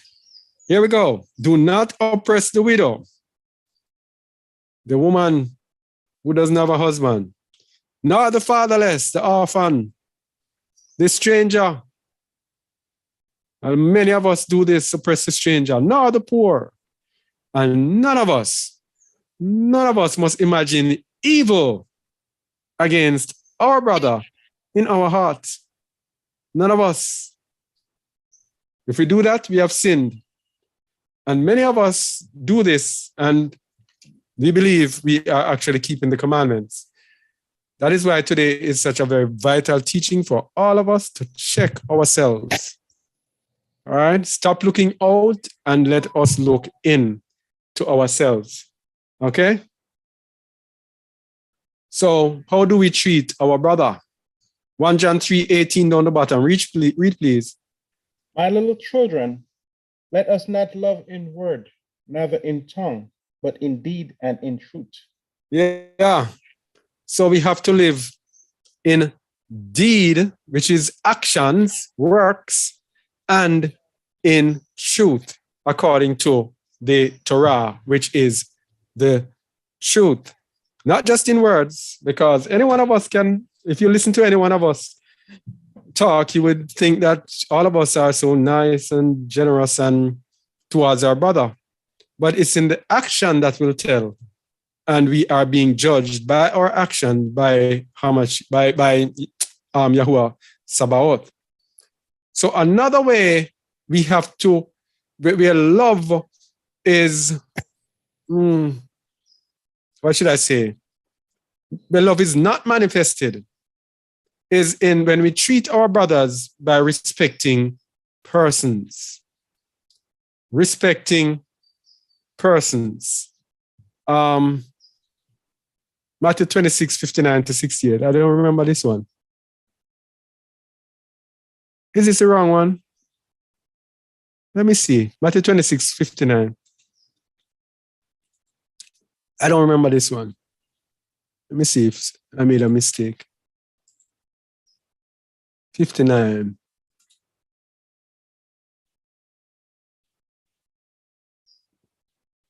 No. That's the wrong one. I knew that something was wrong. It is, no, I think I know where it is. Let me get it. Please. Sorry about that, family.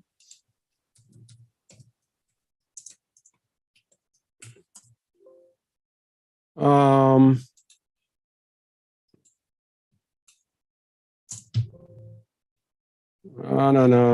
Sorry about that. Hold up. All right. We're there.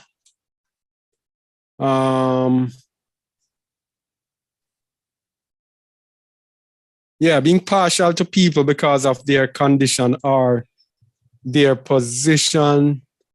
Let me just change the thing here for those who might be watching later. Sorry for the delay. I don't even know we're in James 2, but yeah.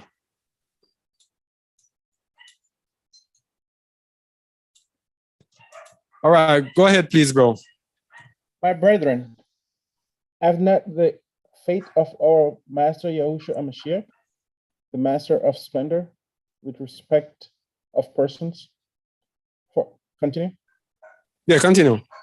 For if there come unto your assembly a man with a gold ring in goodly apparel, and there come in also a poor man in vile raiment, and ye have respect to him that weareth the gay clothing, and say unto him, sit thou here in a good place, and say to the poor, stand thou there, or sit here under my footstool. Yeah. Are ye not then partial in yourselves, and are become judges of evil thoughts? Continue. Art my beloved brethren, had not Allah chosen the poor of this world, rich in faith, and heirs of the kingdom which he had promised to them that love him? All right, so hear this now. It's the poor who are going to be rich in Imana, because the poor have nothing. That's why it is very hard for people who are rich to enter the kingdom, because the poor who have nothing have to always have Imana, to be always depending on the Most High for their bread and for everything else. So it is they, the Most High, hath chosen to be heirs of the kingdom.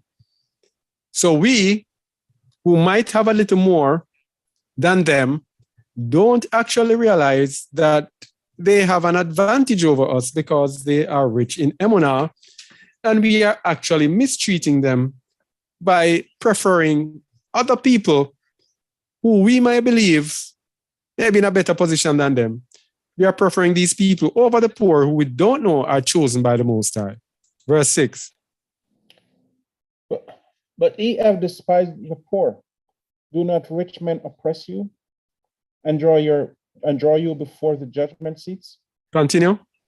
Do not they blaspheme that worthy name by the which ye are called? Uh-huh. If ye fulfill the royal law according to the scripture, thou shalt love thy neighbor as thyself, ye do well. Continue. But if ye have respect to persons, ye commit sin, and are convinced of the law of transgressors. As convinced of the law. Oh yeah, convinced of the law as transgressors. So if you have respect to persons because of who they are, you commit sin. All right? So this is another thing that we have to be careful of as believers, not respecting people because of they might have in a better position than the poorer persons. All right? Because verse 10 says, for whosoever shall keep the whole law and yet offend in one point, he is guilty of all. So in other words, this is one of the verses that the Christians use to say that we should not keep the law. Very opportune use of this verse. But that's not what it's saying. It's actually saying that if you keep all the law and you break one, you become guilty of all. So you have to make sure you are perfect in the law so that you are not guilty of all. Yeah? All right, so where are we now? Yeah, so we are still at loving and hating our brother. John 15, 12 to 14.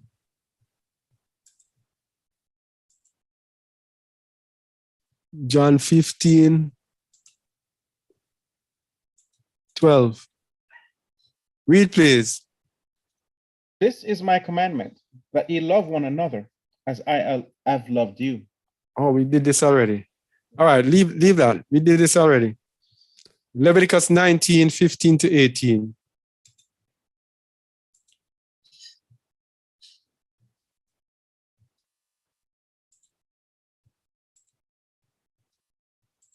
Read, please. He shall do no unrighteousness in judgment.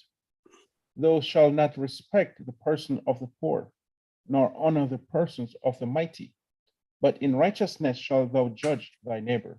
So this is what Jacob or James was talking about, that if you have respect of person, you commit sin, because sin is transgressing the law. This is a law that you would transgress. Okay? You must not respect the poor just because they are poor, honor the rich because they are rich, but you must honor in righteousness. It is righteousness that you should use to judge. Verse 16. Thou shalt not go up. Thou shalt not go up and down as a talebearer among thy people. Neither shalt thou stand against the blood of thy neighbor. I am Yahweh. So we must not be gossiping against one another, carrying tales, different tales from one place to the other. Neither stand against the blood of your neighbor, against the death of your neighbor. Verse 17. Thou shalt not hate thy brother in thine heart. Thou shalt in any wise rebuke thy neighbor and not suffer sin upon him. All right. So this is why I tell people, if you have anything with me, communicate with me. Because this is a very serious law that most of us are breaking left, right, and center. Read it again, please, bro. It's very important. Thou shalt not hate thy brother in thine heart. Thou shalt in any wise rebuke thy neighbor and not suffer sin upon him. All right, let's break it down. You shall not hate thy brother in thy heart.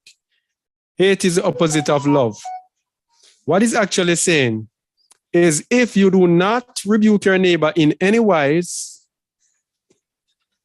mean anyhow or in every situation and at all times, if we do not do that, then it means that we hate our brother. So when we go back to the verses that we just read about hating your brother and you don't have the love of Allah in you, if you have up your brother in your heart and you see your brother sinning and you feel that the brother is doing something wrong and you do not say anything to the brother, then you have transgressed the law and you hate your brother. So again, I say this publicly for everyone, especially those who are in our, our group, whatever. If you have a problem, communicate with me and let us talk. All right? Don't wait to bring it to any tribunal or any court. Yeah? Speak privately. And if it is wrong, then we will see and we will go from there. Because if it is wrong, then apologies would be there and corrections would be made. Okay? So this is very important while we stand there. Let that rivet in, please. And another aspect to it again, verse 18. Thou shalt not avenge, nor bear any grudge against the children of thy people, but thou shalt love thy neighbor as thyself.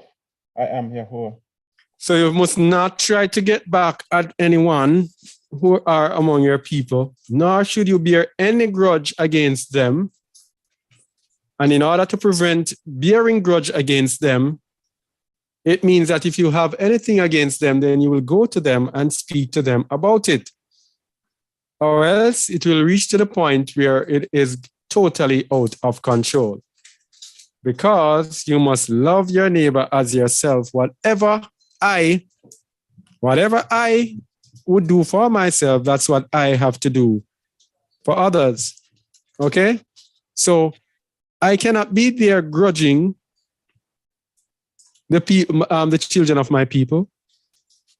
And to the point where even reach like I want to avenge of something that is totally unheard of. Okay? Is it? Yeah, I'm at verse 18. All right. So another aspect to love now, leaving that, I think we're leaving that part of it. Another aspect to love is that love must abound in all knowledge and discernment. This is another thing with love. You cannot just love without understanding, without knowledge, without discernment. Love has to be in knowledge and discernment. And we're going to explain what that means.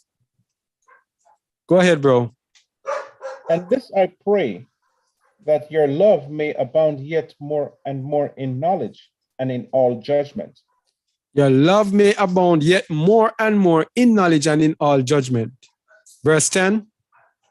That ye may approve things that are excellent, that ye may be sincere and without offense till the day of Mashiach. All right, so this is where we come in as people who teach the word, to try to let the love abound more in knowledge and in all discernment. So we try to provide knowledge so that people are able to discern, because that is what love is supposed to do, because it is supposed to bring us to the point when we are perfected. Verse 11. Being filled with the fruits of righteousness, which are by Yahushua Hamashiach unto the splendor, unto the esteem and praise of Allah. All right, so here's this now. If our love abounds in knowledge and judgment, then we will be sincere, we will approve the things that are excellent, and we will be sincere and without offense when the Messiah comes. Being filled with the fruits of righteousness. All right? So that is why this is an aspect of love now that deals with the teaching and the reaching out of people and the correction of people, edifying, rebuking, reproving people, trying to get people to the point of righteousness. And this is one of the situations in which it is really difficult for those of us, really tricky for those of us who are bringing the word, especially when we have the zeal and you know the times and you know time is running out and you're trying to get people perfected, trying to get them to push them and all of that. It is we sometimes fall short, and I myself fall short many times in how it is treated. So the word has to go out, but we have to figure out the best way how to bring out the word to get the best result in people. And at times that can be very, very tricky. And yeah. So because love has to be in all knowledge and discernment, love means warning others from sins and transgressions. Now, this is a tricky part for those of us who are bringing the word, very hard to actually bring out without there being problems some of the times. Isaiah 58:1. Cry aloud, spare not, lift up thy voice like a trumpet, and show my people their transgression, and the house of Jacob their sins. All right, so we have to cry aloud, reload. So that is not a private cry, that is a loud public cry. Spare not, do not spare, which means it can't be too soft. You have to just tell it like it is. And you cannot be a hypocrite. When there are things to speak, you have to speak. But as I said before, have to find ways to do it without it being damaging. That is the tricky part. Lift up thy voice like a trumpet, which means you speak loudly and blare it out so everyone hears. and show my people their transgression, and the house of Jacob their sins. Ezekiel 2, 1 to 10. Now, Ezekiel 2 speaks with about the watchmen. And may I tell us that all of us today are watchmen. All of us who have been, our eyes have been opened up, are watchmen for our people, because if we love our people, we will have the desire to see our people be saved from what is coming upon this earth. So this goes for all of us who have been exposed to the word. Read, please. And he said unto me, Son of man, stand upon thy feet, and I will speak unto thee. Continue. Continue. And the Ruach entered into me when he spake unto me, and set me upon my feet, that I heard him that spake unto me. Continue. And he said unto me, Son of man, I send thee to the children of Yasharal, to a rebellious nation that hath rebelled against me. They and their fathers have transgressed against me, even unto this very day. All right, so let me tell you something now. There's nothing different for us.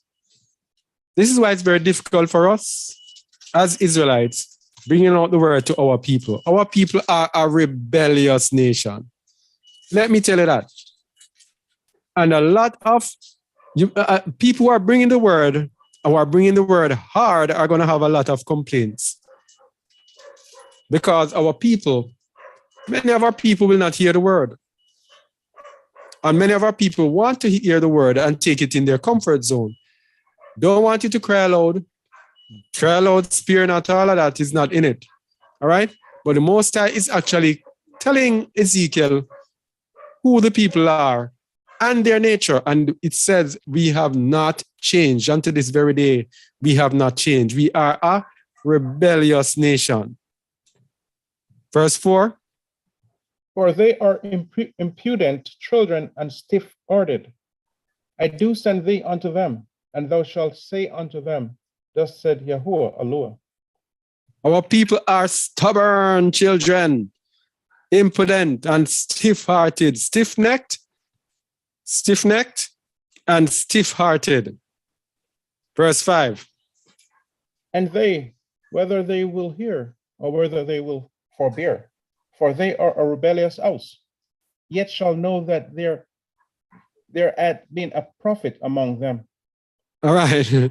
So you speak to them, whether they will hear or whether they will not hear. And he repeated, they are a rebellious house. This is our people. So we speak to our people, whether they'll hear or will. They're not going to like us. They're not going to like us. The word is not going to be popular except those who really, really love the truth and are willing to take the hard truth because they seriously desire change. Verse 6.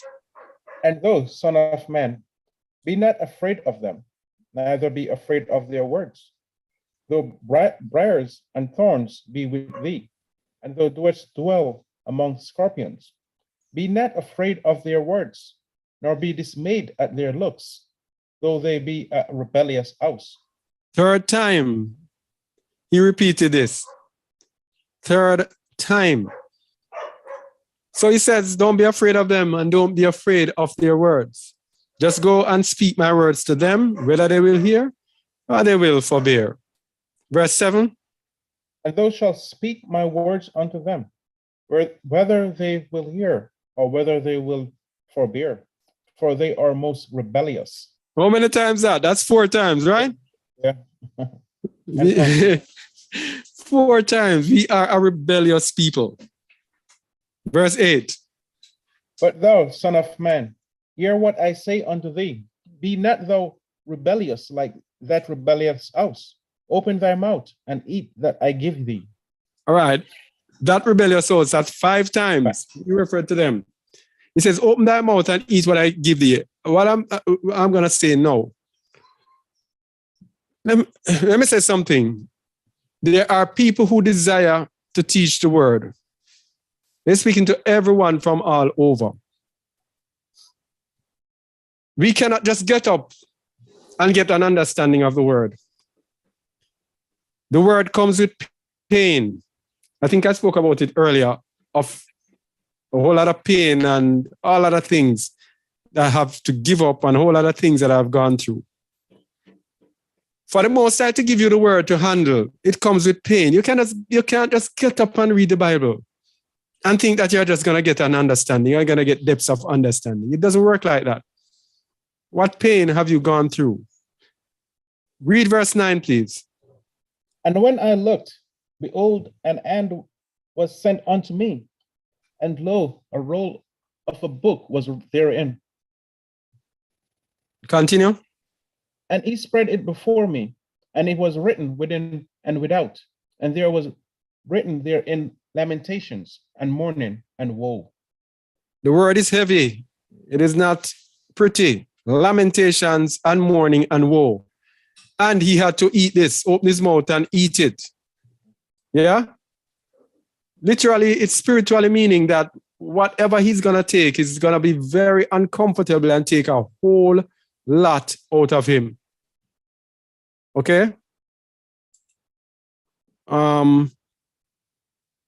Ezekiel 3, 1 to 21. Yeah. See where it continues. So let's continue in verse 3, chapter 3, and see what we're talking about. Read, please. Moreover, he said unto me, Son of man, eat that thou findest, eat this roll, and go speak unto the house of Yasharel. So people like us who are called to address our people en masse, our people all over the world, you can't just get up and get what these people get. Look what is written therein, lamentations and mourning and woe. It means that what we are going to bring to the people are not going to be pretty messages. This is the love of Alua. This is the loving Alua. And look what he's sending to his people. Lamentations, mourning, and woe. These are warnings to his people. And this is why we teach how we teach. We teach and we warn our people. Warn our people about what is to come. So verse 2, he says, So I opened my mouth, and he caused me to eat that roll. Verse 3. And he said unto me, Son of man, cause thy belly to eat, and fill thy bowels with this roll that I give thee. Then did I eat it, and it was in my mouth as honey for sweetness. It was in my mouth as honey for sweetness. Yes, sweet. And then what happened? And he said unto me, Son of man, go, get thee unto the house of Yasharel, and speak with my words unto them. Continue. For thou art not sent to a people of a strange speech and of an odd language, but to the house of Yasharel. Mm-hmm. Not to many people of a strange speech and of an odd language, whose word thou canst not understand. Surely, had I sent thee to them, they would have hearkened unto thee. So hear this now. Had I sent them to the Gentiles, they would have hearkened unto thee. The same thing happened with Apostle Shaul when he went to the Israelites, and they rejected him. He said they turned to the Gentiles, and many of the Gentiles believed. Same thing today. Hard for us to reach our people today. Our people stiff-necked, hard-hearted. It is the Gentiles who are gravitating towards the message today. Our people are a rebellious house. Verse 7. But the house of Yasharel will not hearken unto thee, for they will not hearken unto me. For all the house of Yasharel are impudent and hard-hearted. So let me tell you something, people. When we are going out and we are ministering to our people, it's sad to say, most of our people will not hearken. Most of our people will not hear. We have to bear that in mind, that we do not get frustrated. They are stiff-necked and hard-hearted. Not they are, we are stiff-necked and hard-hearted. Verse 8. Behold, I have made thy face strong against their faces, and their forehead strong against their foreheads. So this is how you have to be. when we're dealing with our people. Have to be really, really, really strong. Verse 9. As an adamant, harder than flint have I made thy forehead. Fear them not, neither be dismayed at their looks, though they be a rebellious house. And now that this is the number 6 since we started. Do not fear them, neither be dismayed at their looks. We have to speak, and what we're going to speak is not going to be nice things, so they don't want to hear it. Verse 10. Moreover, he said unto me, Son of man, all my words that I shall speak unto thee receive in thine heart, and hear with thine ears. Continue. And go, get thee to them of the captivity, unto the children of unto the children of thy people, and speak unto them, and tell them, Thus said Yahuwah Allah, whether they will hear or whether they will forbear. Right. I don't think I need to go any further. No, not any further. So that is the whole point with our people. A rebellious house, a people who don't want to hear. But the love that we have, we keep pressing on, determined to warn them from their sins. We cannot give up. We just have to continue pushing to wake up as many of our people as possible. And those who are awakened, we minister to them as much as possible the things that the Most High has laid on our hearts, because we are a rebellious house. Proverbs 27, verse 5.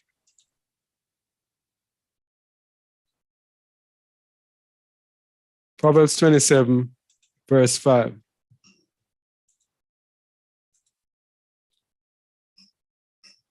Read, please. Open rebuke is better than secret love. All right, so that's the same thing when it says, cry aloud, spare not. That is open rebuke. And it says it's better than secret love. Revelation 3:19.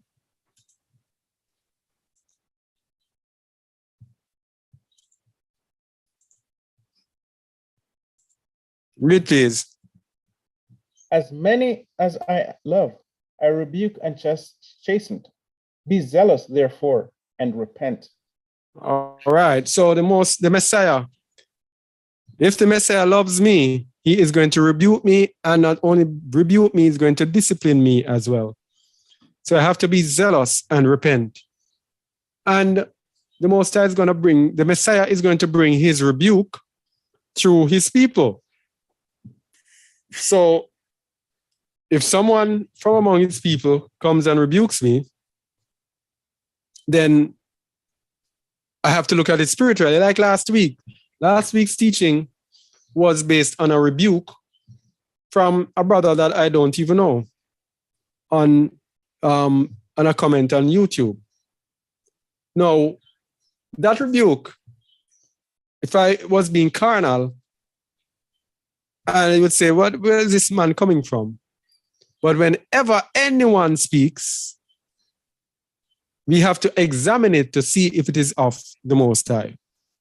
If it is coming from a place of higher righteousness, then we will know whether it is coming from Hamashiach. So Hamashiach will rebuke us by his people who he sends to actually speak to us. And where are we now? 2 Timothy 4:2-4. 2 Timothy 4:2-4. 2 Timothy what? 4? 4:2-4. Yeah, you had 2 Timothy 2. Yeah. Go ahead, please. For you know what commandments. No, this is wrong. I think maybe it's 2 Timothy. This is Thessalonians. Oh, yeah. Need Tim. Yeah, read, please. Preach the word.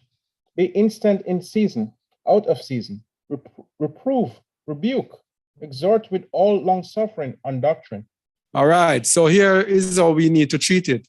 And of course, here, as I said before at the start, that this is I love to start with myself. This is my weakness, or long suffering, which I'm confident is going to change. All right?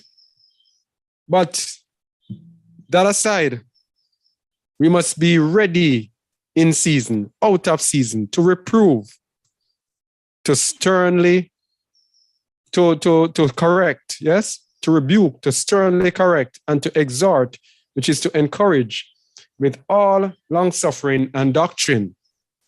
And the reason is, verse 3, for the time will come when they will not endure sound doctrine, but after their own lust shall they heap to themselves teachers, having itching ears. Itching ears is coming up. So that's why we have to be ready to preach. Because if you ease up any at all, then they will turn away to their own way, not to sound doctrine, but to that which they want to hear. And they will bring upon themselves other teachers who will bring them to what they tell them what they want to hear. Verse 4. And they shall turn away their ears from the truth, and shall be turned into fables. Oh boy, turned unto fables. So that is why when you're together, we have to know there has to be one order. One order. And the Most High puts people in his assemblies for different things. And if people move away from the order, then they are likely to turn away their ears from the truth and to be turned unto fables. All right, so wherever you are, whomever you are among, you have to be constantly aware of this, because we are in the end times, and a lot of people don't want to hear the hard things that are coming today. All right? Oh, this thing keeps chipping out. Hold on, please. All right, so where are we now? Yeah. So, touching down, we must teach the judgment and the love of Alua. We must teach the judgment and the love of Alua. As we were saying at the start, is this really love? Going back to the religion that teaches just love, love, love. Oh, God is love. That's it. Nothing about judgment. The same Most High, who is love, is the same one who told us in Jeremiah 30 that he chastised us with the chastisement of an evil one, or something like that. Yeah. He chastised us with the chastisement of an evil one. So his love comes with the commandments, and his commandments come with judgment. We have to teach judgment and the love of Alua hand in hand. We cannot teach the love of Alua by itself. Go to Luke 11:42, please. But woe unto you, Pharisees, for ye tithe mint and rue and all manner of herbs, and pass over judgment and the love of Alua. These ought ye to have done, and not to leave the other undone. All right. And pass over judgment and the love of Alua.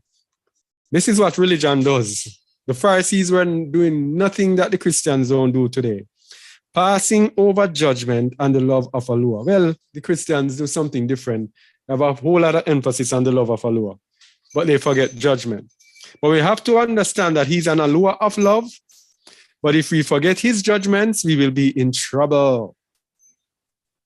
Because even though he's an Alua of love, his judgments are waiting for those who transgress his commandments. Deuteronomy 6:1 down the bottom. Read it, please, bro. Now these are the commandments, the statutes, and the judgments, which Yahuwah your Alua command to teach you, that ye might do them in the land whither ye go to possess it. So there are commandments, there are statutes, and there are judgments. We have to be aware of the judgments. Okay?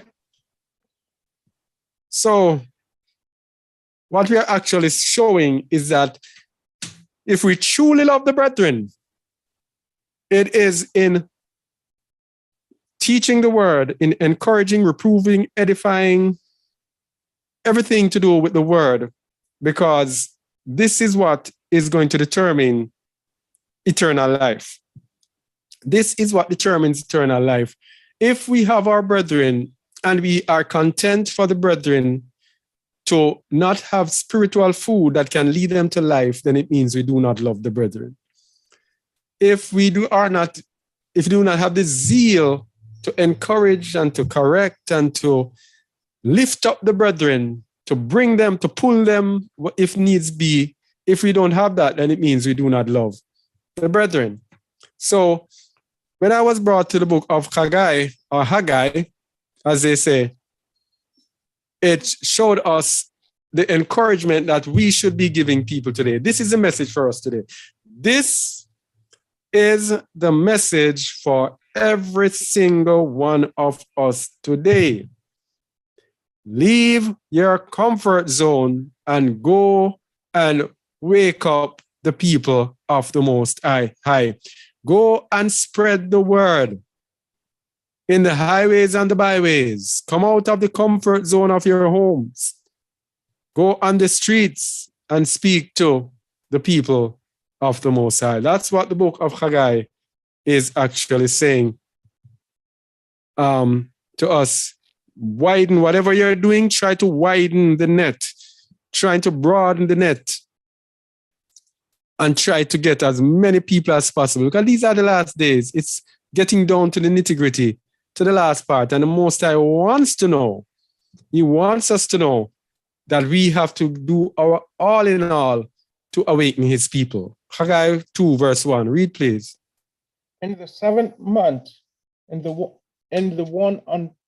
120th day of the month, came the word of Yahuwah by the prophet Haggai, saying, Speak now to Zerubbabel, the son of Shealtiel, and governor of Judah, and to Joshua, the son of Josdek, the high priest, and to the residue of the people, saying, Who is left among you that saw this house in her first splendor? And how do ye see it now?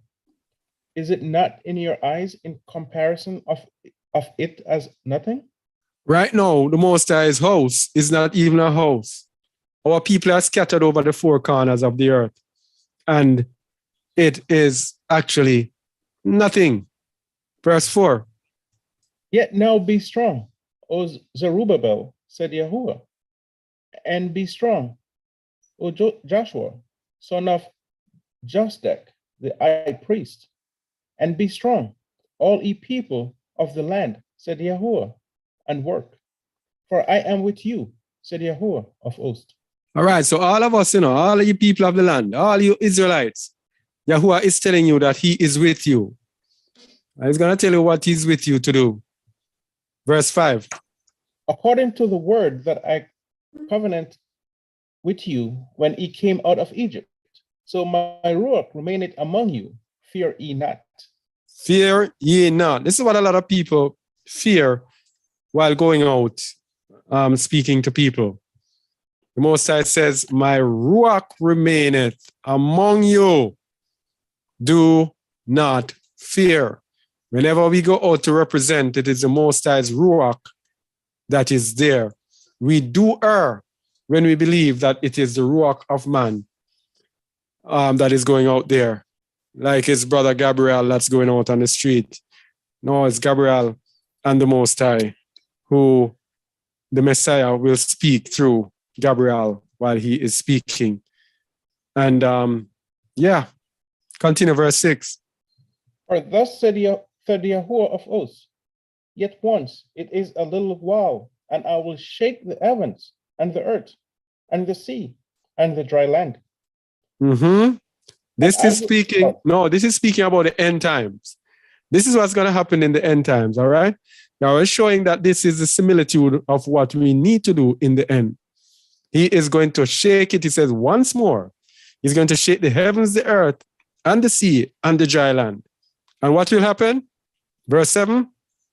And I will shake all nations, and the desire of all nations shall come, and I will fill this house with splendor, said Yahuwah of hosts. All right, so what is happening in the end? He's going to tear down all the nations of this earth and set up his kingdom. Okay, this is what he's actually saying. Verse 8. The silver is mine, and the gold is mine, said Yahuwah of hosts. Mm-hmm. And that's why you have silver and gold and all of those minerals are over in that continent that they call Africa. That's the Most High's continent. Go verse 9. Esteem of this latter house shall be greater than of the former, said Yahuwah of hosts. And in this place will I give peace, said Yahuwah of hosts. So this latter house is in the end time that it is set up. It's going to have more splendor than before. Verse 10. In the 24th day of the 9th month, in the 2nd year of Darius, came the word of Yahuwah by Haggai the prophet, saying, Thus said Yahuwah of hosts, ask now the priest concerning the law, saying, if one bear only flesh in the skirt of his garment, and with his skirt do touch bread, or pottage, or wine, or oil, or any meat, shall it be holy? And the priest answered and said, No. All right. So something that is holy cannot touch something and make it holy. Something that is Kodesh cannot touch something and make it Kodesh. But if something that is unclean touches that which is Kodesh, it's going to make it unclean. Verse 13. Then said Haggai, if one that is unclean by a dead body touch any of these, shall it be unclean? And the priest answered and said, it shall be unclean. Continue. Then said Haggai and said, so is this people, and so is this nation before me, said Yahuwah. And so is every works of their hands, and that which they offer there is unclean. All right, just like in the last days, everything that these people touch, our people touch in the last days is polluted. Our people have been engulfed and sucked down into all sorts of abominations and LBGTQ and everybody following after the way of the heathen, everyone chasing down Babylon, chasing down all sorts of pleasures and pride. Everything that our people are doing today almost is unclean. Verse 15. And now, I pray you, consider from this day and upward, from before a stone was laid upon a stone in the temple of Yahuwah. Since those days were when one came to an heap of 20 measures, there were but 10. When one came to the press fat to draw out 50 vessels out of the press, there were but 20. All right, so what the Most High is actually telling us here is going to tell us that if we notice in our lives, how many of us have been struggling for years to make things work, to become a success. I can tell you about myself. I try until I just give up. Yeah? Because you're chasing after this world, and the Most High wants you to chase after his people. So whatever we did, it just couldn't come out. In my business, it was an easy business as long as you have the knowledge. Easy business to be a success. And I see people come and go and be successful. And no matter what I do, I couldn't be successful in it. No matter how much knowledge, no matter how many things I followed. Couldn't get it to work. Right? Likewise, our people today. No matter what our people do, no matter what we do, we cannot get on top. It is the Most High who's saying that he is doing it. Verse 17. I smote you with blasting and with mildew and with hail in all the labors of your hands. Yet he turned not to me, said Yahuwah. Isn't it so today? Our people struggling and they can't make it and everything, and yet still nobody wants to turn to the Most High. We're still fighting the system and trying to make a success and still fighting.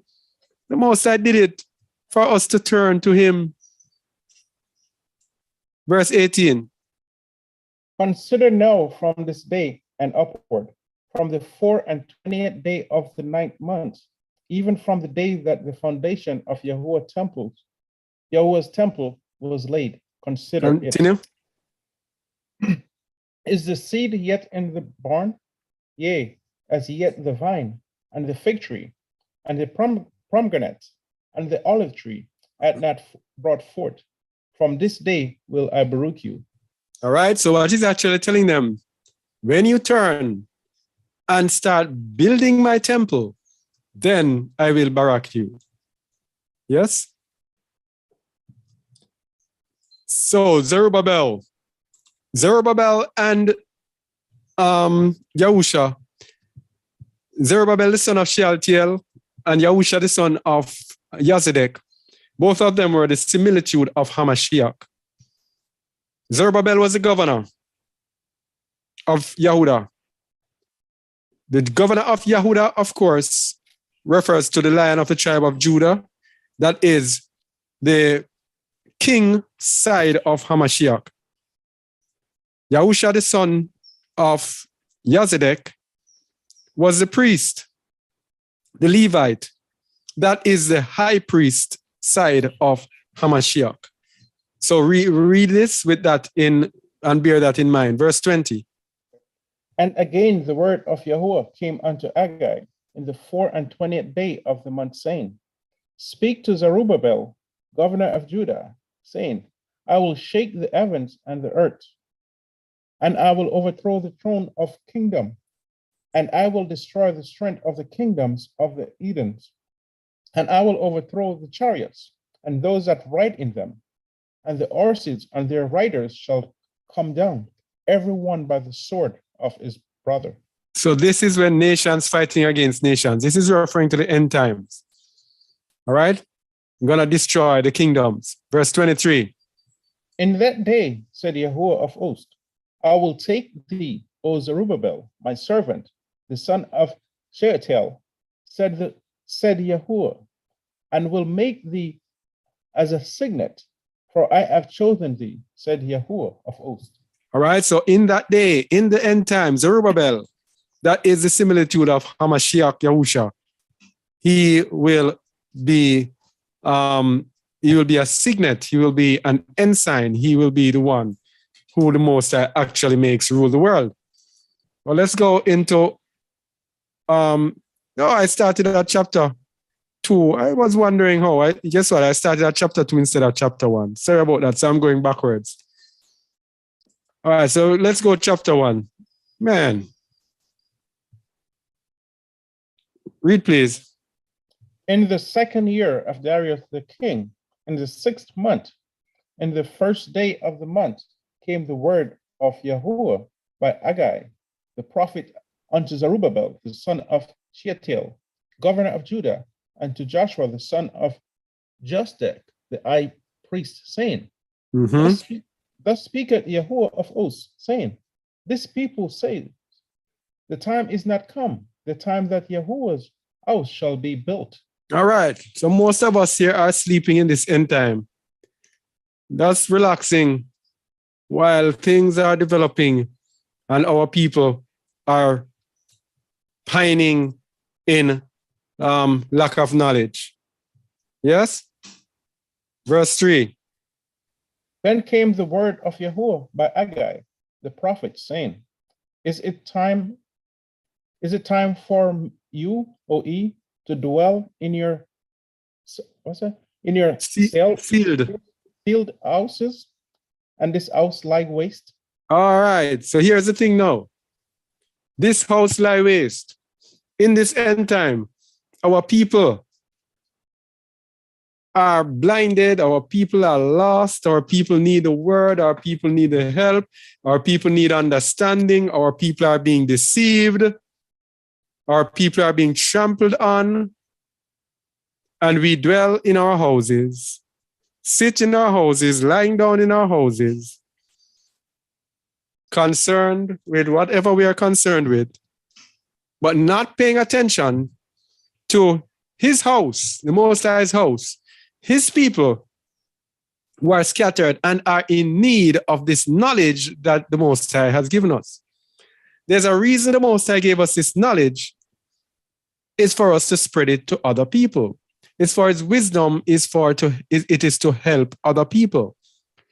He did not give us the knowledge and the wisdom just for us to understand so as to save our hides, to save our skins.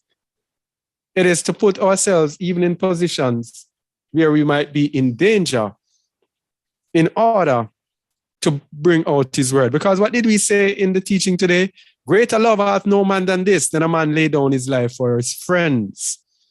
So we have to be willing to lay down our lives in order to get his word out. Verse 5.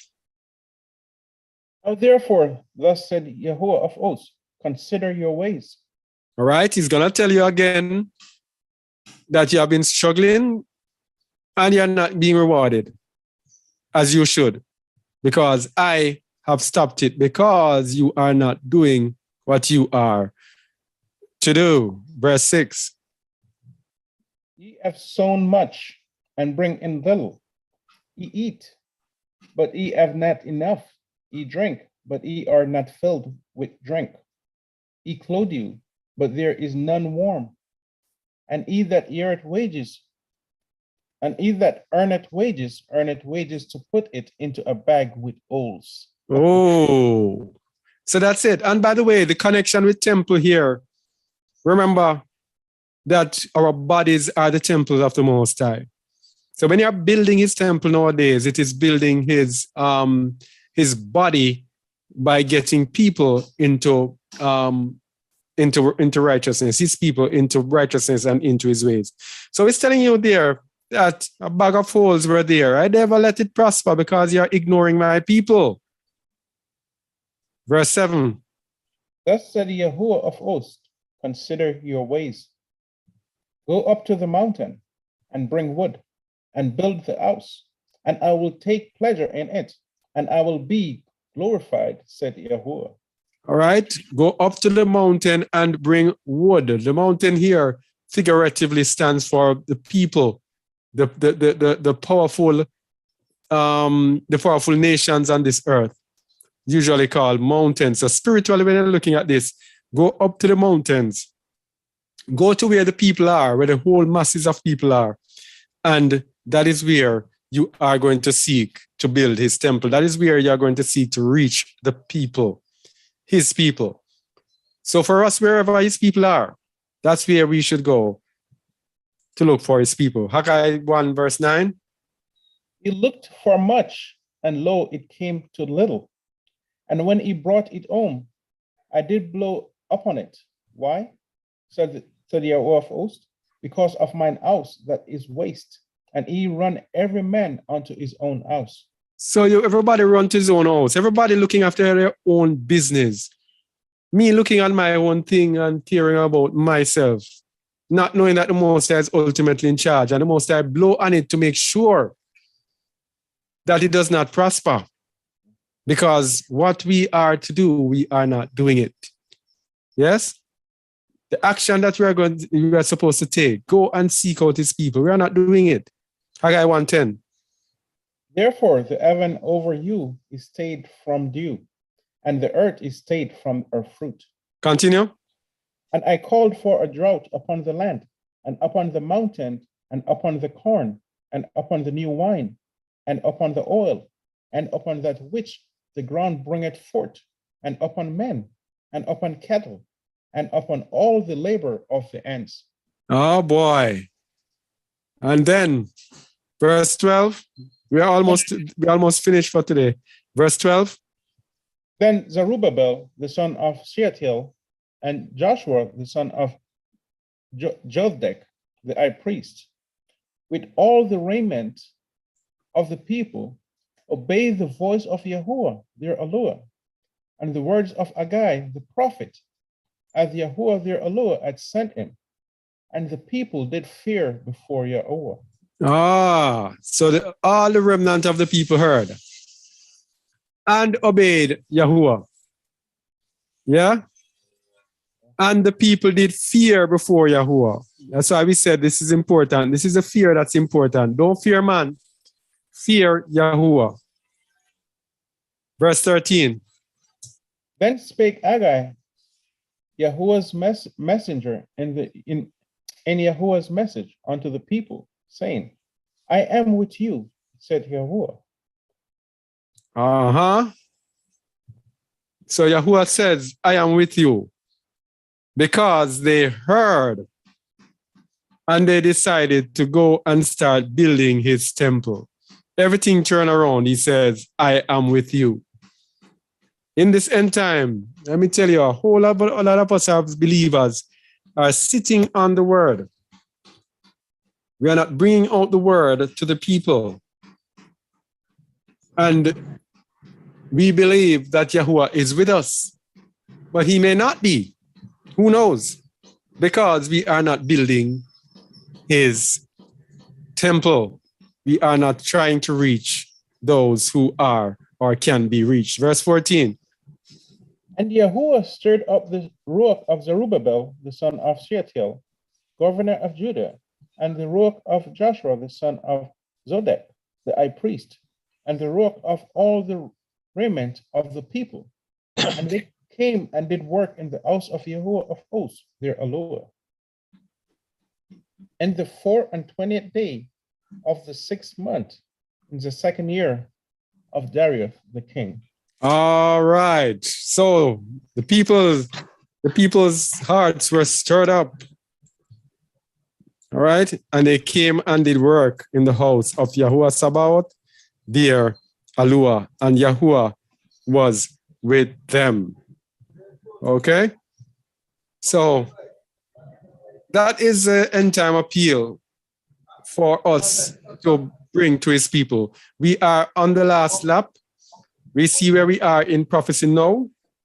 We are living in the book of Revelation, and too many of us are actually quiet, not actually bringing the word to his people. We see our Hebrew Israelite brothers on the streets bringing the word to our people.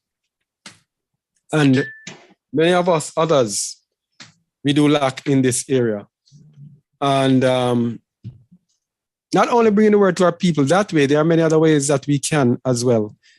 And we have to just try to see all the ways that we can bring the word to our people in these last in this last days. It's as simple as that. All right.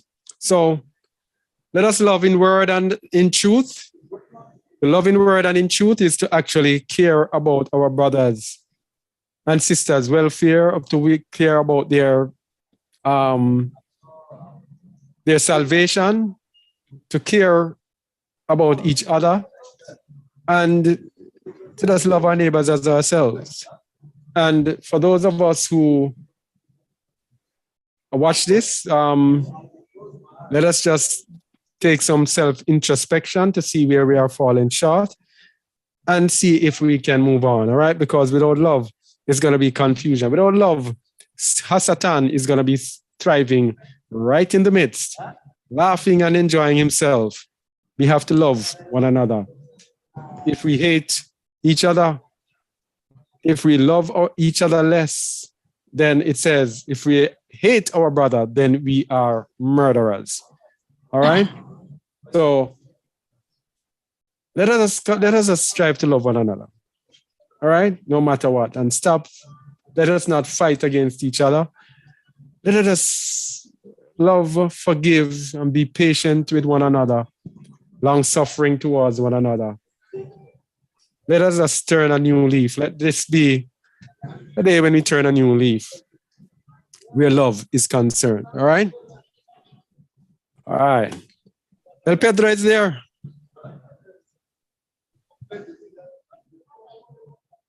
El Pedro is not there. This thing stuck. Oh, Gabriel. Huh? I don't know. All right, Gabriel. You can give a summary or whatever you want to say. Whatever you want to say. Yeah. This topic, is this really love? Four-letter word, but it's so important in our life, as we continue to be like the Messiah, followers of the way, as he showed constantly love. And it's one thing to say it, another thing to do it. We all know the saying, talk is cheap, right? So we can say we love this, we love that, and don't show it. So it's all about actions. And just like, everything in this world, it's all starts with denying self. As you just mentioned in the scripture, if you don't love your brother, you're a murderer. And that's going back to sides, either good, evil, love, hate. Choose one. So us being, followers of the way, want to continue to love each other, but not only say it, but to show it. Action speaks louder than words. That's what it's all about. Enjoy the teaching, but family, let's all continue to show our love as we continue this path and to get out of our comfort zone. As you mentioned, get out there and spread the love as to build Yahweh's temple. And by doing that, we spreading the word and that's showing that we love our neighbors as we love ourselves, because he said Yahweh loved us, by giving us his son. He loved us before we loved him. So family, let's continue to show the love in action rather than speak word. All right. Shalom. Brother Mahar. Present.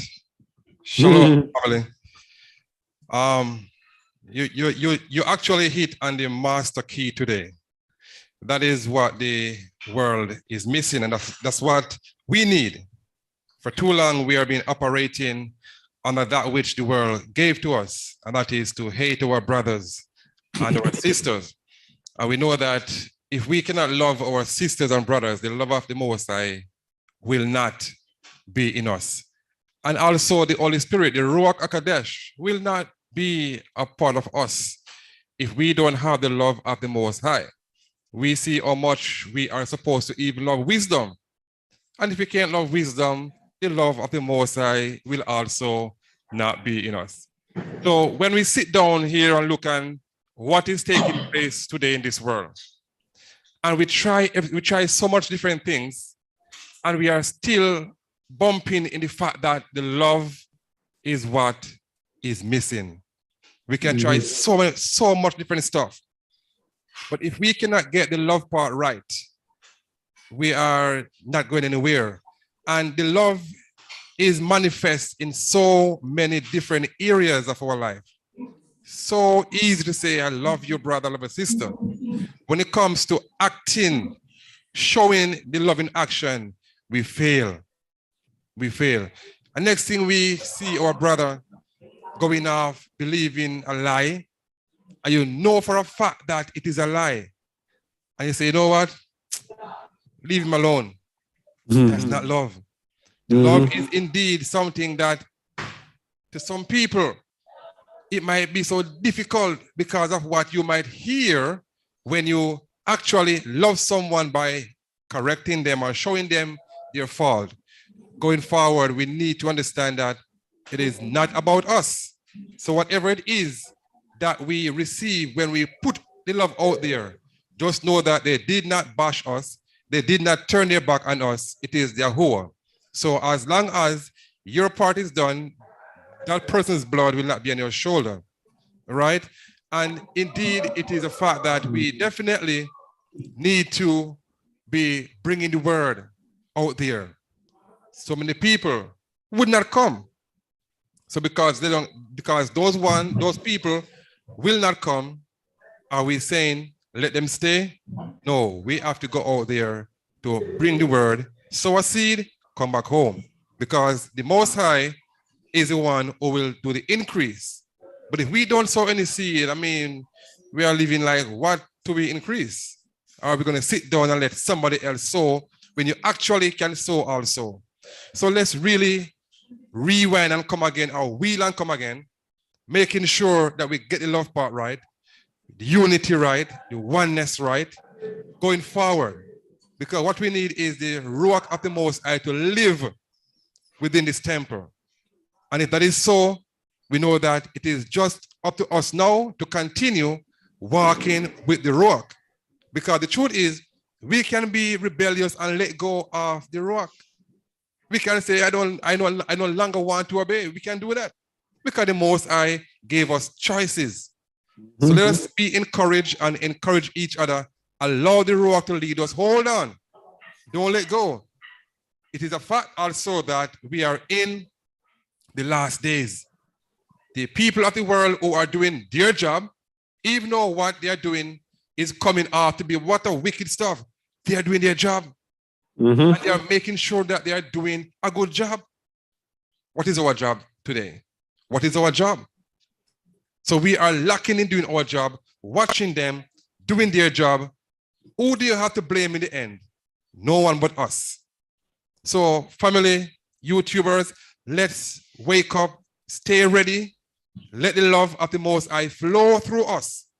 That wherever we go, just our presence at times, people can feel the love of the Most High, the way we conduct ourselves, the way we talk, the way we relate to situation.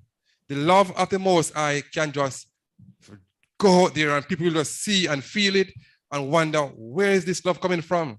But it is the love of Yahuwah. Shalom, family.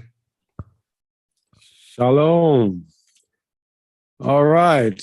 So we have some questions on YouTube. Really? Let's see if we can answer them. The question, who is Melchizedek? Let me see if I can go to something that is more in line with what we're saying. Yahusha came on his own flesh from above. If he's of this dust, he could not save us because what?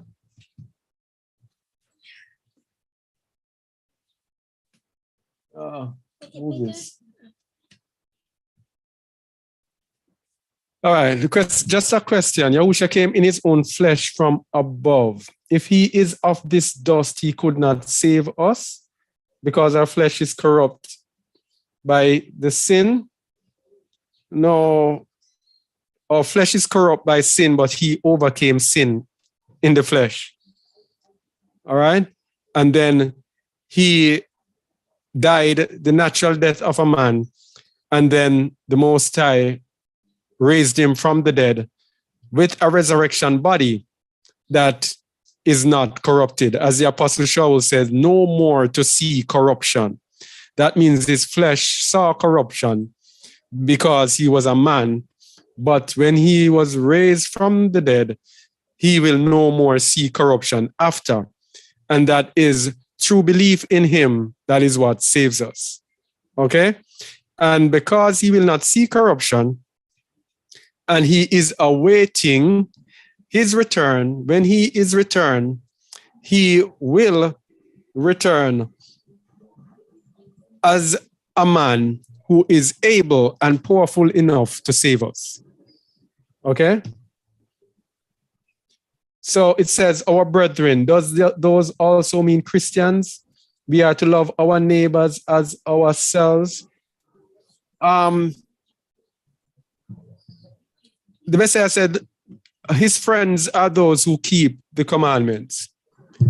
And Christians reject the commandments. So it means that the Messiah would not consider Christians to be his friends. All right? That's something to think about. Well, Christian said, who is your brother and sister? All right. Two ways to look at brother and sister. Some people look at it as our people, our brothers and sisters. But as we said, Messiah said his friends are those who keep his commandments. So a more right or correct interpretation or understanding of brother and sister would be those who are walking in the way. Okay? I would still call those my people, my brothers and sisters, but more spiritually, it is those who walk in the way. And this also includes the strangers as well, the Gentiles, because in the Torah, it says you must not, it said, I think it's Leviticus 19:17. Let me see. Leviticus 19:17.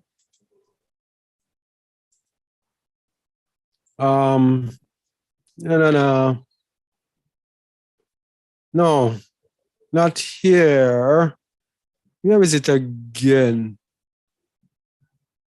No, it's not here, but in another verse, it tells you that the brother, even if your brother is a stranger, so the stranger can be your brother.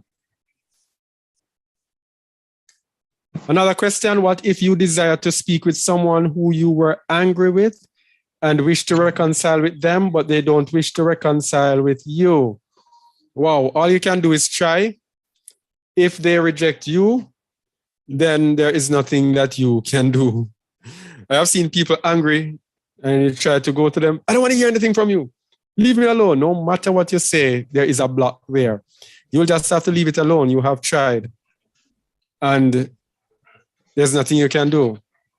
But it will not be on you if you keep trying and you keep getting blocked. Then the onus will not be on you for that, because at least you tried. All right. Anything else? See if there's anything else. All right. So we're going to see if there are any other thing here. All right. Huh? Let me see it. Another question here. Can we bring phones with us in the wilderness when we fly out of the midst of Babylon? Maybe a stupid question, but important to me. No, you cannot bring phones there, because you have to understand how these people operate. They have already, this mark that they put in people is a more refined mark. We are already marked through our phones. When I say marked, no, I shouldn't use that word. Sorry about that. Scratch that. Rewind and scratch that. We are already targeted through our phones. Each phone has our, they can know our location from our phones. They know everything that we do from our phones. They can extract data from our phones about us. So them putting something is us is just an extension to get a deeper thing into us. They can track you on your phone, even if you turn off the tracking. If they seriously want to track you, they can track you. So taking that phone into the wilderness is you bringing a tracker device into the wilderness. So if they seriously want to find you, they can actually find you. All right? So it's not advisable to bring any phone at all when you are leaving out of Babylon. All right? Anything else? Oh. So, yeah, that's about it that we have here for our YouTube family. All right, hope that what we brought today was edifying. Not a really deep teaching, but at least it is really seriously, spiritually relevant teaching to every single one of us fall short where love is concerned. All right. So let us just have some self-examination and wheel and come again. I, for one, I'm going to reboot. We gotta reboot again and come fresh and I have no doubt that it's going to be a new me going forward. And new me going forward. And I hope that we all resolve to trim off different things that are in our way. All right. And remember the final message to keep pushing these last days, push out the word to someone. That is true love. Pushing out the word to someone to wake them up, to get them from the deception, because another deception is coming up on the earth. And those who have not yet been deceived, they are going to be more tempted this time. So we have to get the word out as quickly as possible and as much as possible. All right. All right. So this is Kazak Aliyahu Yasharal here from Just a Word, signing off from YouTube. Okay. Thanks for watching. And just want to say shalom until next time. All right. Here is this. Yeah. It's not closing off. What's going on here?